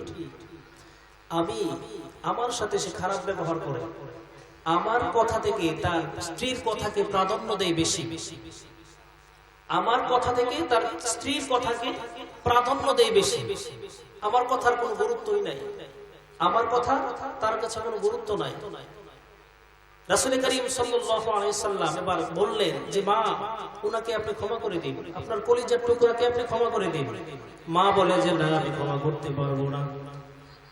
রাসূল করিম সাল্লাল্লাহু আলাইহি ওয়াসাল্লাম বললেন, ও মা, আপনি যদি আজকে আপনার সন্তানকে ক্ষমা না করেন, জাহান্নামের আগুনে সারাটা বছর, শতাব্দীর পর শতাব্দী জাহান্নামের আগুনে পড়তে হবে। আল্লাহ রাব্বুল আলামিন বলেন, ফাআলহামাহা ফুজুরাহা ওয়া তাকওয়াহা লাআকিলুনা মিন শাজারিন মিন যাক্কুম ফামালিউনা মিনহাল বুতুন ফাশারিবুনা আলাইহি মিনাল হামিম। আল্লাহ রাব্বুল আলামিন বলেন, জাহান্নাম বড় ভয়ঙ্কর যে জায়গা। রাসূল করিম সাল্লাল্লাহু আলাইহি ওয়াসাল্লামের কাছে একজন ফেরেশতা আয়েশা বলতেছে, ইয়া রাসূলুল্লাহ, আজকে আমার মনটা অনেক খারাপ। জিবরাইল আলাইহিস সালাতু ওয়াস সালাম এসে বলতেছে, রাসূল করিম সাল্লাল্লাহু আলাইহি ওয়াসাল্লাম জিবরাইলের দিকে তাকিয়ে রইলেন, তাকিয়ে বলতেছে, ও জিবরাইল, তোমার অবস্থা এমন কেন? আজকে তোমার মুখটা তো মলিন দেখাচ্ছে কেন? তোমার কি হয়েছে? জিবরাইল আলাইহিস সালাতু ওয়াস সালামকে বলতেছে, ও জিবরাইল, তোমার চেহারাটা এত মলিন দেখাচ্ছে কেন? তোমার কি হয়েছে? হযরত জিবরাইল আলাইহিস সালাতু ওয়াস সালাম বলেন, ইয়া রাসূলুল্লাহ, আল্লাহ রাব্বুল আলামিন আমাকে দুনিয়ার যে আগুন আছে ওই আগুনটা দিয়ে বললেন, ও জিবরাইল, যাও যাও, এই আগুনকে প্রজ্বলিত করো, এই আগুন দিয়ে জাহান্নামের আগুন হবে না, এই আগুনকে আরো প্রজ্বলিত করো।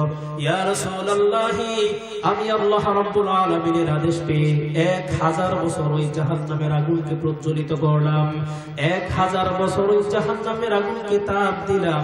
তাপ দেওয়ার ফলে জাহান্নামের আগুন দুনিয়ার আগুনের মতো সামান্য কোনো আগুন না, জাহান্নামের আগুন দুনিয়ার হলুদ বর্ণের আগুন থেকে লাল বর্ণ হয়ে গেল। ইয়া রাসূলুল্লাহ, এই জন্য আমার মনটা খারাপ। আল্লাহ রাব্বুল আলামিন আমাকে বললেন যে জাহান্নামের আগুনকে 1000 বছর তাপ দাও। আমি 1000 বছর তাপ দিয়ে যখন রাসূল করিম সাল্লাল্লাহু আলাইহি ওয়াসাল্লাম বললেন যে তোমার মনটা এখন তারপরেও কেন খারাপ, তুমি তো 1000 বছর তাপ দিয়েছো। হযরত জিবরাইল আলাইহিস সালাতু ওয়াস সালাম বললেন, ইয়া রাসূলুল্লাহ, আল্লাহ রাব্বুল আলামিনের আদেশ পেয়ে 1000 বছর আমি জাহান্নামের আগুনকে প্রজ্বলিত করলাম। 1000 বছর জাহান্নামের আগুনকে প্রজ্বলিত করার পরে আল্লাহ রাব্বুল আলামিনের নিকট পেশ করলাম। আল্লাহ রাব্বুল আলামিন আবারও বললেন, এটাও জাহান্নামের আগুন হতে পারে না, যাও যাও এই আগুনটাকে আরো 1000 বছর তাপ দাও, উত্তপ্ত করো। আমি আল্লাহ রাব্বুল আলামিনের আদেশ পেয়ে আরো 1000 বছর জাহান্নামের আগুনকে প্রজ্বলিত করলাম, তাপ দিলাম। যে তাপ দেওয়ার কারণে জাহান্নামের আগুন লাল বর্ণ থেকে সাদা বর্ণের হয়ে গেল। জাহান্নামের আগুন 1000 বছর তাপ দেওয়ার পরে হলুদ বর্ণ থেকে লাল বর্ণের হলো। লাল বর্ণ হওয়ার পরে আমি আল্লাহ রাব্বুল আলামিনের কাছে নিয়ে গেলাম, যে রব্বুল আলামিন, আপনি তো বললেন তাপ দেওয়ার জন্য, এটা অনেক তাপ দেওয়ার পরে এটা লাল বর্ণের হয়ে গেল, লাল বর্ণের পরে সাদা বর্ণের হয়ে গেল। রাসূল করিম সাল্লাল্লাহু আলাইহি ওয়াসাল্লাম বললেন, তাহলে কি জাহান্নামের আগুন সাদা হবে? জিবরাইল আলাইহিস সালাতু ওয়াসালাম বলতেছে, ইয়া রাসূলুল্লাহ, যদি সাদা হতো তাহলেও একটু বাঁচা যাইতো হয়তো, কিন্তু জাহান্নামের আগুন সাদাও না।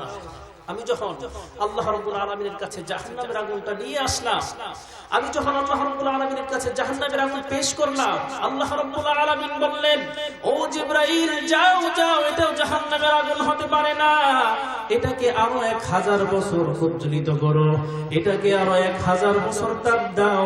আল্লাহ রাব্বুল আলামিনের আদেশ পেয়ে আমি আরো 1000 বছর জাহান্নামের আগুনকে প্রজ্বলিত করলাম। ইয়া রাসূলুল্লাহ, ইয়া হাবিবাল্লাহ, জাহান্নামের আগুন এখন আর সাধারণ কোনো আগুন না। 1000 বছর জাহান্নামের আগুনকে প্রজ্বলিত করার পরে ওই জাহান্নামের আগুনটা কালো বর্ণের হয়ে গেল। জাহান্নামের আগুন একেবারে অন্ধকার রাত্রির মতো কালো হয়ে গেল। আল্লাহর কসম, জাহান্নামকে যদি ছিদ্র পরিমাণ, সুইয়ের ছিদ্র পরিমাণ দুনিয়ার দিকে ফেরানো হয়, একটু ছিদ্র করে যদি দুনিয়ার দিকে দেয়া হয়, দুনিয়ার কোন উদ্ভিদ আর বেঁচে থাকতে পারে না, দুনিয়ার কোন প্রাণী আর বেঁচে থাকতে পারে না। রাসূল করিম সাল্লাল্লাহু আলাইহি ওয়াসাল্লাম এবার কাঁদতেছে, জিবরাইলকে বলতেছে, ও জিবরাইল, তুমি এটা কি শুনাইলা? তুমি এটা কি শুনাইলা? আমার উম্মতের কি অবস্থা হবে? আমার উম্মতের কি অবস্থা হবে? রাসূল করিম সাল্লাল্লাহু আলাইহি ওয়াসাল্লাম তো বলতেছিলাম যে রাসূল করিম সাল্লাল্লাহু আলাইহি ওয়াসাল্লাম ওনার মাকে বলতেছে, ও মা, আপনি যদি আজকে আপনার সন্তানকে ক্ষমা না করেন, তাহলে আপনার সন্তান শতাব্দীর পর শতাব্দী জাহান্নামে পড়বে, এটা কি আপনার ভালো লাগবে? মা বলতেছে যে না, আমি তাকে ক্ষমা করবো না। এরপরেও বলে যে আমি তাকে ক্ষমা করতে পারবো না। রাসূল করিম সাল্লাল্লাহু আলাইহি ওয়াসাল্লাম একটা কৌশল অবলম্বন করলেন। রাসূল করিম সাল্লাল্লাহু আলাইহি ওয়াসাল্লাম একটা কৌশল অবলম্বন করলেন। কৌশলটা কি? সাহাবীদেরকে বললেন, ও সাহাবীরা, তোমরা সবাই এদিকে আসো। সবাই যখন এদিকে আসলো, রাসূল করিম সাল্লাল্লাহু আলাইহি ওয়াসাল্লাম সবাইকে বলতে লাগলেন যে তোমরা কিছু খড়ি, কাঠ সংগ্রহ করো, একত্রিত করো। একত্র করার পরে রাসূল করিম সাল্লাল্লাহু আলাইহি ওয়াসাল্লাম ওই কাঠের মধ্যে আগুন ধরিয়ে দিলেন। সুবহানাল্লাহ। এবার কাঠের মধ্যে আগুন দেওয়ার পরে দাউ দাউ করে জ্বলতেছে আগুন, দাউ দাউ করে আগুন জ্বলতেছে। আগুন জ্বলার পরে ওই মায়ের দিকে লক্ষ্য করে রাসূল করিম সাল্লাল্লাহু আলাইহি ওয়াসাল্লাম বলতেছে, ও মা, এই আগুন কিসের জন্য করা হয়েছে সেটা কি আপনি জানেন? সে বলতেছে যে ইয়া রাসূলুল্লাহ, আমি তো জানি না। রাসূল করিম সাল্লাল্লাহু আলাইহি ওয়াসাল্লাম এবার মায়ের প্রতি বললেন, ও মা, শুনুন, আপনি যদি আজকে আপনার সন্তানকে ক্ষমা না করেন, আপনি যদি আপনার সন্তানকে সব যত অন্যায় করেছে, অপরাধ করেছে, সব ক্ষমা না করেন, তাহলে আমি নিজের হাতে আপনার সন্তানকে ওই আগুনের মধ্যে নিক্ষেপ করব। সুবহানাল্লাহ। রাসূল করিম সাল্লাল্লাহু আলাইহি ওয়াসাল্লাম কৌশল অবলম্বন করলেন, বললেন যে ও মা, আপনি যদি আপনার সন্তানকে ক্ষমা না করেন, তাহলে আমি নিজের হাতে ওই আপনার সন্তানকে আগুনের মধ্যে ফেলে দেব। মা কি এটা সহ্য করতে পারবে? মা সহ্য করতে পারবে? মা এবার বলতেছে, ইয়া রাসূলুল্লাহ, ইয়া রাসূলুল্লাহ, ইয়া হাবিবাল্লাহ, আপনি সাক্ষী থাকুন, আমার সন্তান আমার সাথে যত অন্যায় করেছে, যত অপরাধ করেছে, যত অন্যায় অপরাধ করেছে, আপনাকে সাক্ষী রেখে আমি সব অপরাধ আমার সন্তানের জন্য ক্ষমা করে দিলাম। সুবহানাল্লাহ। মা বলতেছে যে আমার সাথে আমার সন্তান যা যা অপরাধ করেছে সব ক্ষমা করে দিলাম। ঠিক এমন সময় ওই সাহাবীর মুখ দিয়ে আসছে লা ইলাহা ইল্লাল্লাহু মুহাম্মাদুর রাসূলুল্লাহ। কালিমা নসিব হলো, মৃত্যুসজ্জায় কালিমা নসিব হচ্ছিল, তো কালিমা নসিব হয়ে গেল। বলতেছিলাম যে মায়ের খুব কদর করতে হবে, মায়ের খুব কদর করতে হবে। আল্লাহ রাব্বুল আলামিন বলেন, রাসূল করিম সাল্লাল্লাহু আলাইহি সাল্লাম বলেন, যার মাতা পিতা দুনিয়াতে বেঁচে আছে, যার মাতা পিতা দুনিয়াতে বেঁচে আছে কিন্তু সে মাতা পিতা থাকা অবস্থায় জান্নাত ক্রয় করতে পারলো না, জান্নাত কামাইতে পারলো না, তার মতো হতভাগা আর কেউ নাই। রাসূল করিম সাল্লাল্লাহু আলাইহি সাল্লাম বললেন, তার মতো হতভাগা আর কেউ নাই। আল্লাহ রাব্বুল আলামিন বলেন, وَوَصَّيْنَا الْإِنسَانَ بِوَالِدَيْهِ إِحْسَانًا حَمَلَتْهُ أُمُّهُ كُرْهًا وَوَضَعَتْهُ كُرْهًا وَحَمْلُهُ وَفِصَالُهُ 30 شهرا। আল্লাহ রাব্বুল আলামিন বলেন যে তোমাকে কষ্টের পর কষ্ট করে গর্ভধারণ করেছে, কষ্টের পর কষ্ট করে তোমরা তোমার মাতা পিতা যেন উফ শব্দটি না করতে পারো, তাদের সাথে এমন ব্যবহার করবা, তাদের সাথে এমন ব্যবহার করবা। রাসূল করিম সাল্লাল্লাহু আলাইহি সাল্লাম বলেন, যাদের মাতা পিতা অথবা মাতা দুনিয়াতে বেঁচে আছে অথবা পিতা দুইয়ের থেকে একজন যদি বেঁচে থাকে, তারা যদি তোমার প্রতি অসন্তুষ্ট হয়ে যায় তাহলে তোমার জন্য জান্নাত হারাম হয়ে যাবে। বলুন নাউযুবিল্লাহ। সুতরাং আমরা সব সময় মাতা পিতার খেদমত করব। বলতেছিলাম যে তিনটা শিশু কোন অবস্থায় কথা বলেছে, যখন কথা বলার বয়স হয় না। এর মধ্যে একটা ছিল বনী ইসরাইলের, আর একটা আমরা সকলেই জানি হযরত ইউসুফ আলাইহিস সালাতু ওয়াস সালামের সময়। আমরা সবাই জানি যে হযরত ইউসুফ আলাইহিস সালাতু ওয়াস সালাম বাদশার ঘরে লালিত পালিত হচ্ছিলেন। তো এক সময় বাদশা আজিজের ঘরে কামরায় লালিত পালিত হচ্ছিলেন। তো এক সময় জুলাইখা তার প্রতি একটু আকৃষ্ট হয়ে গেল। হযরত ইউসুফ আলাইহিস সালাতু ওয়াস সালাম এত সুন্দর ছিলেন, এত চেহারার অধিকারী ছিলেন। তো এক সময় জুলাইখা ইউসুফ আলাইহিস সালাতু ওয়াস সালামকে ফুসলাইতেছিল। তাফসীরের কিতাবের ভিতর আসছে একটা ঘরের মধ্যে নেই, যে ঘরের মধ্যে বিভিন্ন বর্ণনা অনুযায়ী বিভিন্ন রিওয়ায়াত পাওয়া যায় যে 7টা দরজা ছিল। দরজা কি আমাদের ঘরের মতো দরজা? আমাদের ঘরের মতো বাদশাহী দরজা, বাদশাহী দরজা আমাদের ঘরের মতো দরজা না, বাদশাহী দরজা। 7টা ঘরের মধ্যে নিয়ে ভিতরে নিয়ে ইউসুফ আলাইহিস সালাতু ওয়াস সালামকে তার দিকে আহ্বান করতে লাগলেন, ফুসলাইতেছিল। হযরত ইউসুফ আলাইহিস সালাতু ওয়াস সালাম আকাশের দিকে তাকাইলেন, আকাশের দিকে তাকিয়ে দিলেন এক দৌড় দেওয়ার ফলে সবগুলো দরজা একটা একটা করে খুলে গেল। সুবহানাল্লাহ। সব দরজা যখন খুলে গেল, লাস্ট যে দরজা ছিল এই দরজার সামনে কে দাঁড়িয়েছিল? জুলাইখার স্বামী মিশরের বাদশা দাঁড়িয়ে আছে। যখন মিশরের বাদশা দাঁড়িয়ে রয়েছে, হযরত ইউসুফ আলাইহিস সালাতু ওয়াস সালাম সামনাসামনি, হযরত ইউসুফ আলাইহিস সালাতু ওয়াস সালাম সামনাসামনি, তখন জুলাইখা কি বলতেছিল? জুলাইখা বলতেছিল, ও বাদশা, ওই ইউসুফ আমাকে নষ্ট করতে চায়, ইউসুফ আমাকে তার দিকে আহ্বান করে আমার সাথে খারাপ কাজ করতে চায়। বলুন নাউযুবিল্লাহ। চিন্তা করে দেখুন যে অবস্থা কি হয়ে গেল, 1 মিনিটের ভিতর অবস্থা পাল্টে গেল। এই জন্যই আল্লাহ রাব্বুল আলামিন বলেছেন, ইন্নাহু মিন কাইদিকুন ইন্না কাইদাকুন আযীম। মেয়েদের চক্রান্ত বড় ভয়ঙ্কর চক্রান্ত। তো বলতেছিলাম যে হযরত ইউসুফ আলাইহিস সালাতু ওয়াস সালাম যখন সামনে আসলো, ইউসুফ আলাইহিস সালাতু ওয়াস সালাম নিচের দিকে তাকিয়ে রইল। আর জুলাইখা তার স্বামীকে বলতেছে, ও স্বামী, ইউসুফ আমাকে নষ্ট করতে চায়, তার দিকে আহ্বান করে। ইউসুফ আলাইহিস সালাতু ওয়াস সালাম বলল, ইউসুফ আলাইহিস সালাতু ওয়াস সালাম বলতেছে যে না, আমি এটা করিনি। তার সাথে যে বাদী ছিল, দাসীবাদী ছিল, তারা সবাই জুলাইখার পক্ষে। কার পক্ষে? জুলাইখার পক্ষে। জুলাইখার পক্ষে বলতেছে, হ্যাঁ জুলাইখা সঠিক বলতেছে, ইউসুফ আলাইহিস সালাতু ওয়াস সালামের পক্ষে কেউ আছে? কেউ নাই, আল্লাহ ছাড়া কেউ নাই। হযরত ইউসুফ আলাইহিস সালাতু ওয়াস সালাম এবার চোখ বেয়ে পানি পড়তেছে। যে এখন তো আল্লাহ ছাড়া আমার কাছে আর কেউ নাই। ইউসুফ আলাইহিস সালামকে বলতেছে যে তোমার সাক্ষী পেশ করো, তোমার কোনো সাক্ষী থাকলে তুমি সাক্ষী পেশ করো। জুলাইখা তো সাক্ষী পেশ করবে। জুলাইখার যত বান্ধবী আছে, দাসী আছে, সবাই জুলাইখার পক্ষে, যে জুলাইখা সত্য বলতেছে। জুলাইখা ইউসুফ আলাইহিস সালাম বলতেছে যে হ্যাঁ আমারও সাক্ষী আছে। ইউসুফ আলাইহিস সালাম বলতেছে যে আমারও সাক্ষী আছে। এটা শুনে জুলাইখা অবাক হয়ে গেল, কিসের সাক্ষী? সেখানে তো কেউ ছিলই না, ঘরের মধ্যে কেউ ছিল? ইউসুফ আর জুলাইখা ছাড়া কেউ ছিল না। সবাই আশ্চর্য হয়ে গেল যে ইউসুফের মাথা নষ্ট হয়ে গেল, নাউজুবিল্লাহ। ইউসুফের কি হলো, কি বলতেছে এগুলা? কেউ তো ছিলই না, সাক্ষী দেবে কি? এবার হযরত ইউসুফ আলাইহিস সালাম বললেন যে কুলে যে ছোট্ট শিশু ছিল, কথা বলতে পারে না, সেই আমার সাক্ষী। বলেন সুবহানাল্লাহ। এটা বলার পরে সবাই আশ্চর্যান্বিত হয়ে গেল, হাসাহাসি করতে লাগলো। বাদশা আজিজ উনিও বলতেছে যে তুমি কি আমার কিছু ঠাট্টা করো, তুমি আমার সাথে মজা করো? এই ছোট্ট শিশু জীবনে কোনোদিন কথাই বলে না, সে কি সাক্ষী দেবে? হযরত ইউসুফ আলাইহিস সালাম বললেন যে না না, এটাই আমার সাক্ষী, এটাই আমার সাক্ষী, ওই ছোট্ট শিশুটাই আমার সাক্ষী। এই দুনিয়াতে আমার আর কেউ নাই সাক্ষী দেওয়ার মতো। তো সাক্ষীকে উপস্থিত করা হলো, সকলে বসলেন একসাথে বসার পরে হযরত ইউসুফ আলাইহিস সালাম ওই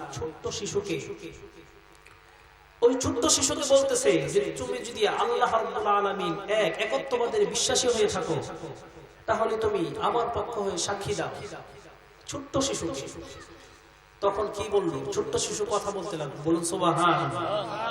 ওই ছোট্ট শিশু জীবনে কোনোদিন কথা বলে না, জীবনে কোনোদিন কথা বলে না, সে সাক্ষী দিতে লাগলো। কি সাক্ষী দিল? এমন এক সাক্ষ্য দিল যে দুই কথার সাক্ষী।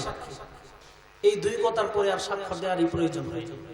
ছোট্ট শিশু বলতে লাগলো, ও বাদশাহ, যদি ইউসুফ আলাইহিস সালামের পিছন দিক দিয়ে ছেঁড়া থাকে, তাহলে হযরত ইউসুফ আলাইহিস সালাম সত্যবাদী। যদি হযরত ইউসুফ আলাইহিস সালামের সামনে দিয়ে ছেঁড়া থাকে, তাহলে জুলাইখা সত্যবাদী। সুবহানাল্লাহ। দুইটা কথা বলে কি এমন সুন্দর করে সাক্ষ্য দিল। পিছনে ছেঁড়ার অর্থ হলো এই, যদি ইউসুফ আলাইহিস সালাম জোর করে কিছু করতে যাইতো, খারাপ কাজ করতে যাইতো, তাহলে সামনে জোরাজুরি করার কারণে সামনের দিকটা ছেঁড়া থাকতো। আর পিছন দিক দিয়ে ছেঁড়া এই জন্য যে হযরত ইউসুফ আলাইহিস সালাম পালানোর চেষ্টা করেছিলেন, জুলাইখা পিছন থেকে ধরার চেষ্টা করেছিলেন, পিছন দিক থেকে ধরার চেষ্টা করেছিলেন, এই জন্য পিছন দিক দিয়ে ছেঁড়া থাকার কথা। সবাই দেখলো, সবাই আশ্চর্যান্বিত হয়ে গেল। সবাই দেখলো যে পিছন দিকটাই ছেঁড়া। সুবহানাল্লাহ। পিছন দিকটাই ছেঁড়া। হযরত ইউসুফ আলাইহিস সালাম আল্লাহ রাব্বুল আলামিনের শুকরিয়া আদায় করলেন, আল্লাহ রাব্বুল আলামিনের সিজদায় পড়ে গেলেন। তো বলতেছিলাম যে আল্লাহ রাব্বুল আলামিন বলেন যে ইন্নাহু মিন কাইদিকুন ইন্না কাইদাকুন আযীম, তাদের চক্রান্ত বড় ভয়ঙ্কর। বলতেছিলাম যে রাসূল করিম সাল্লাল্লাহু আলাইহি ওয়াসাল্লাম বলেন যে হাসরের ময়দানে 7 ব্যক্তিকে আল্লাহ রাব্বুল আলামিন আরশের ছায়ার নিচে জায়গা দিবেন। তার মধ্যে প্রথম প্রকার ব্যক্তি হচ্ছে ন্যায়পরায়ণ বাদশা, ন্যায়পরায়ণ শাসক, ন্যায়পরায়ণ শাসক। দ্বিতীয় নাম্বার বলছিলাম ওই যুবককে আল্লাহ রাব্বুল আলামিন হাসরের ময়দানে জায়গা দিবেন, যেই যুবক তার যৌবন অবস্থায় আল্লাহ রাব্বুল আলামিনের বেশি ইবাদত করেছে, ইবাদত করেছে। ওই যুবককে হাসরের ময়দানটা কেমন হবে? রাসূল করিম সাল্লাল্লাহু আলাইহি সাল্লাম বলেন যে হাসরের ময়দান হবে এমন কঠিন, যেই দিন যার যেমন গুনাহ থাকবে, ওই গুনাহ পরিমাণ সে ঘামতে থাকবে, আর টেনশনে থাকবে যে এখনো কেন হাসরের বিচার কার্য শুরু হয় না। এক হাদিসের মধ্যে আছে যে তারা 50 বছর এই রৌদ্রের মধ্যে দাঁড়িয়ে থাকবে। সূর্যরা যখন কাছে চলে আসবে, ওই 50,000 বছর আছে এক রিওয়ায়াতে যে তারা দাঁড়িয়ে থাকবে, তারা অস্থির হয়ে যাবে যে এখনো কেন বিচার কার্য ফয়সালা হয় না, আমাদের জাহান্নাম। তারা বলবে যে আমরা আমাদেরকে আল্লাহ রাব্বুল আলামিন জাহান্নাম দেখ, তারপরেও যেন বিচার কার্য তাড়াতাড়ি হয়ে যায়, আমরা আর থাকতে পারছি না। তারা দৌড়ে হযরত আদম আলাইহিস সালাতু ওয়াস সালামের কাছে যাবে, তারা দৌড়ে হযরত আদম আলাইহিস সালাতু ওয়াস সালামের কাছে যাবে, গিয়ে বলবে ও আমাদের পিতা, আদি পিতা, ও আমাদের আদি পিতা, আল্লাহ রাব্বুল আলামিন আপনাকে অনেক মহব্বত করে সৃষ্টি করেছেন, আপনি তো বলুন, আল্লাহ রাব্বুল আলামিনকে বলুন যেন রব্বুল আলামিন আমাদেরকে তাড়াতাড়ি একটা বিচার কার্য ফয়সালা করে, আমরা আর থাকতে পারছি না, আমরা আর থাকতে পারছি না। হযরত আদম আলাইহিস সালাতু ওয়াস সালাম কি বলবেন? বলবেন ইয়া নাফসি ইয়া নাফসি। হযরত আদম আলাইহিস সালাতু ওয়াস সালাম ইয়া নাফসি বলবে, হযরত আদম আলাইহিস সালাতু ওয়াস সালাম বলবে আজকের দিনে আমি কাউকে সাহায্য করতে পারবো না, আজকের দিনে আমার কাছে কেউ সাহায্য চেও না, তোমরা হযরত মূসা আলাইহিস সালাতু ওয়াস সালামের কাছে চলে যাও। হযরতে মূসা আলাইহিস সালাতু ওয়াস সালামের কাছে যাওয়ার পরে, হযরতে মূসা আলাইহিস সালাতু ওয়াস সালামের কাছে যাওয়ার পরে বলবে ওগো মূসা তুমি আল্লাহ রাব্বুল আলামিনের কাছে আমাদের ব্যাপারে নালিশ করুন যেন আল্লাহ রাব্বুল আলামিন বিচার কার্য তাড়াতাড়ি ফয়সালা করে দেয়, আমরা আর এখানে থাকতে পারছি না। হযরতে মূসা আলাইহিস সালাতু ওয়াস সালাম বলবেন, হযরতে মূসা আলাইহিস সালাতু ওয়াস সালাম বলবেন যে আজকের দিনে আমিও তোমার জন্য কিছু করতে পারবো না, ইয়া নাফসি ইয়া নাফসি।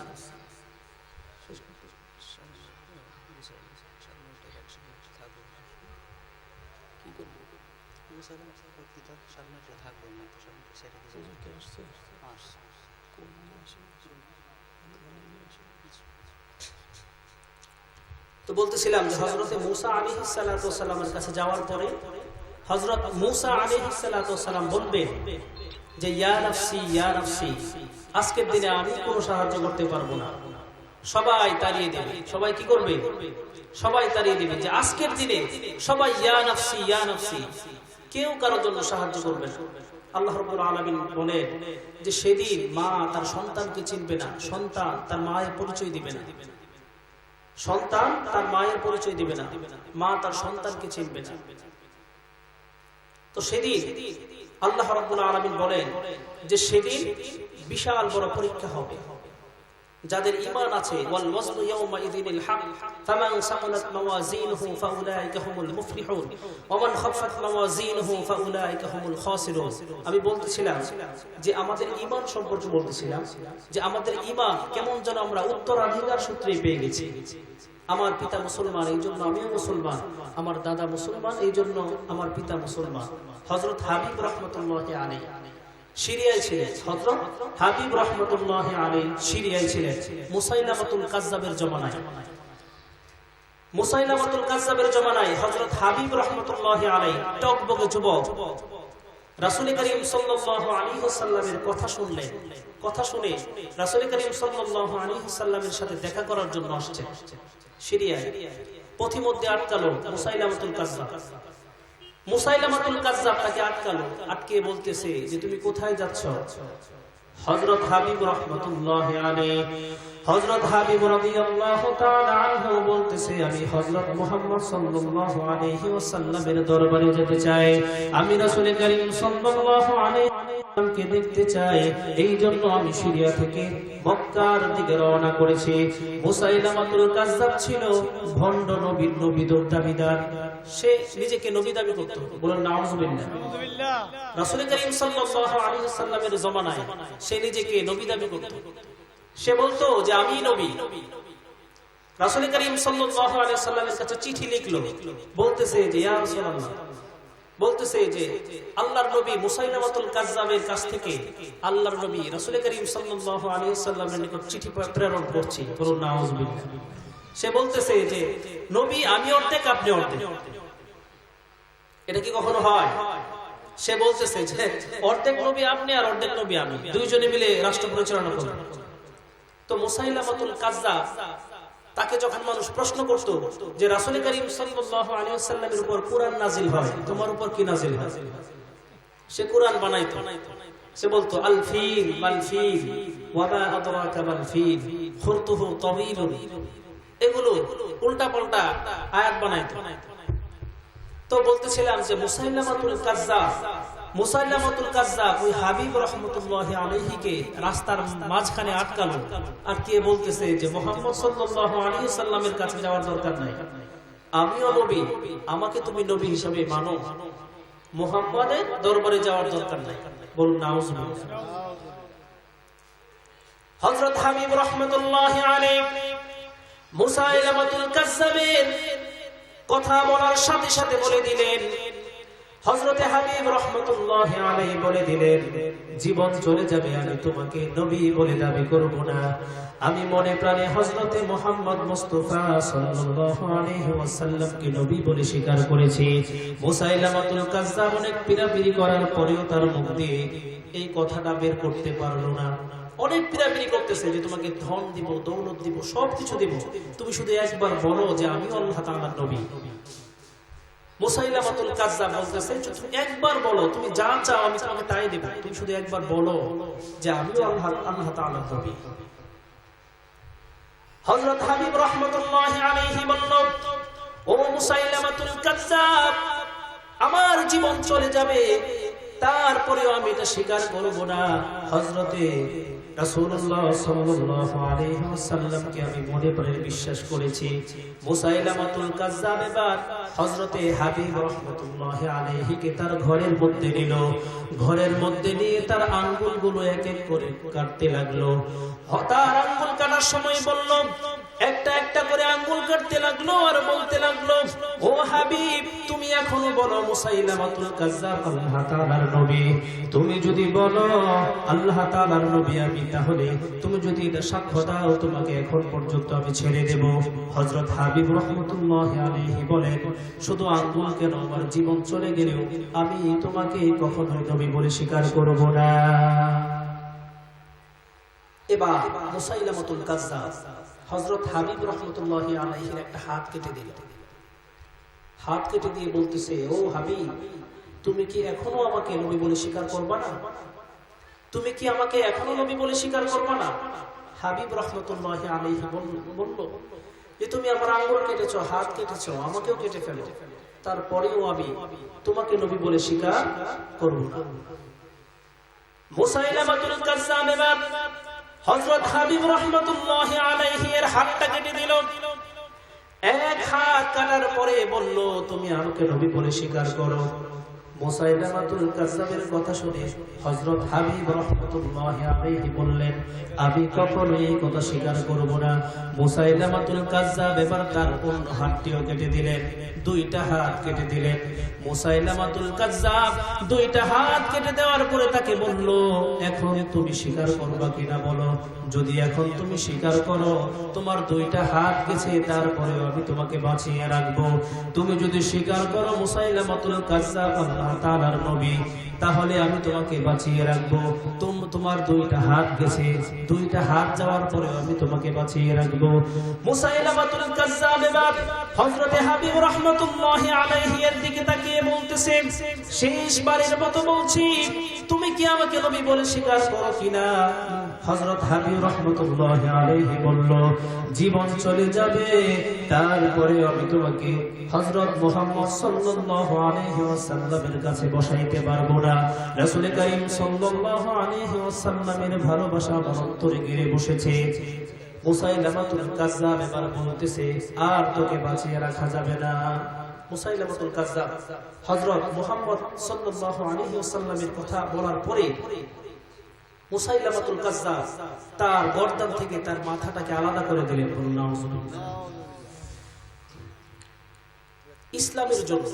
ইসলামের জন্য হাত গেল, পা গেল, হাত কাটলো। হাত কাটার পরে কি বললো? ও মুসাইলামাতুল কাজ্জাব।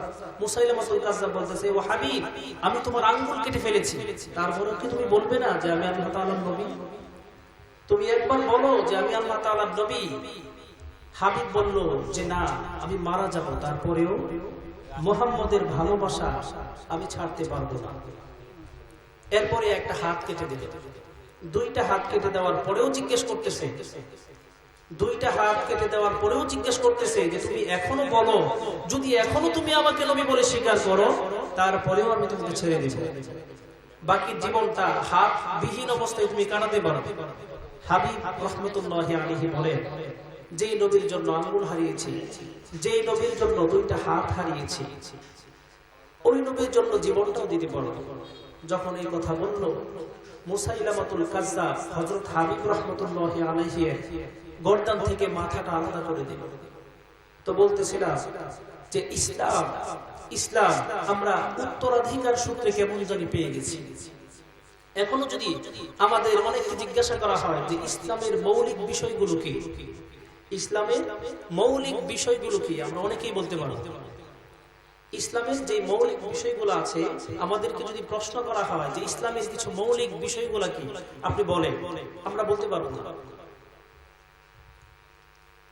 তো ইসলামের পরে সর্বশ্রেষ্ঠ সর্বগুরুত্বপূর্ণ যে বিষয় সেটা হচ্ছে নামাজ।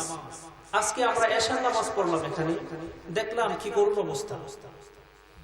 10 থেকে 15 জন, 10 থেকে 15 জন, অথচ আল্লাহ রাব্বুল আলামিন বলেন ইন্নাস সালাতা তানহা আনিল ফাহশাই ওয়াল মুনকার, নিশ্চয়ই নামাজ সমস্ত অন্যায় কাজ থেকে, নিশ্চয়ই নামাজ সমস্ত ফাহিশা কাজ থেকে বিরত রাখে। বলেন সুবহানাল্লাহ। এখন একটা প্রশ্ন হয় যে নামাজ যদি সমস্ত অন্যায় কাজ থেকে বিরত রাখে, তাহলে আমাদের সমাজে কিন্তু দেখা যায় অনেকে নামাজ পড়ে আবার মিথ্যা কথা বলে না? অনেকে নামাজ পড়ে মিথ্যা কথা বলে, অনেকে নামাজ পড়ে অন্যায় করে, অনেকে নামাজ পড়ে অবিচার করে। তাহলে এটা কি?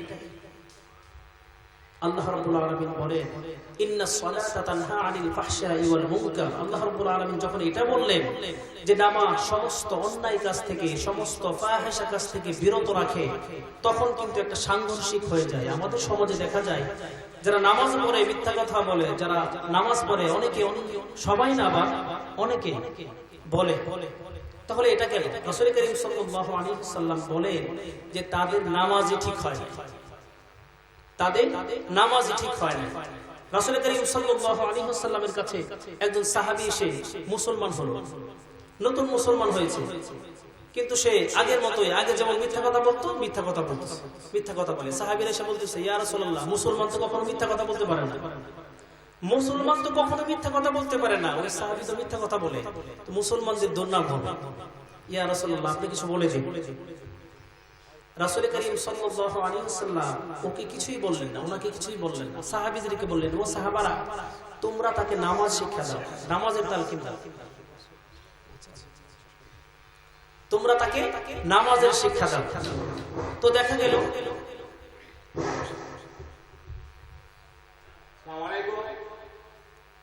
আমাদের সামনে আমাদের প্রধান আকর্ষণ হযরত মাওলানা মুফতি আশরাফুল ইসলাম আজিজি সাহেব উপস্থিত হয়েছেন। আমরা সবাই তাকে স্বাগত জানাই। নারে তাকবীর, আল্লাহু আকবার, নারে তাকবীর, আল্লাহু আকবার, নারে রিসালাত, ইয়া রাসূলুল্লাহ, নারে রিসালাত, ইয়া রাসূলুল্লাহ। মুফতি আশরাফুল ইসলাম আজিজি সাহেব জিন্দাবাদ, মুফতি আশরাফুল ইসলাম আজিজি সাহেব। এখন আমাদের সামনে অল্প কিছু কথা রাখবে। আমাদের মোহাম্মদ জামাল মাস্টার এমাদুদ্দিন বিশ্ববিদ্যালয় ডুমরাকান্দা, আমাদের মঞ্চে আসার জন্য আমাদের নাবিকেশ্বর মহারানা মেম্বারকে অনুরোধ করা যাচ্ছে।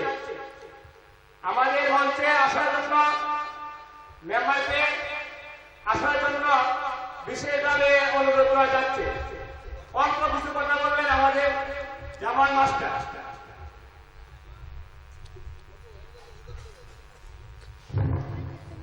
আসসালামু আলাইকুম।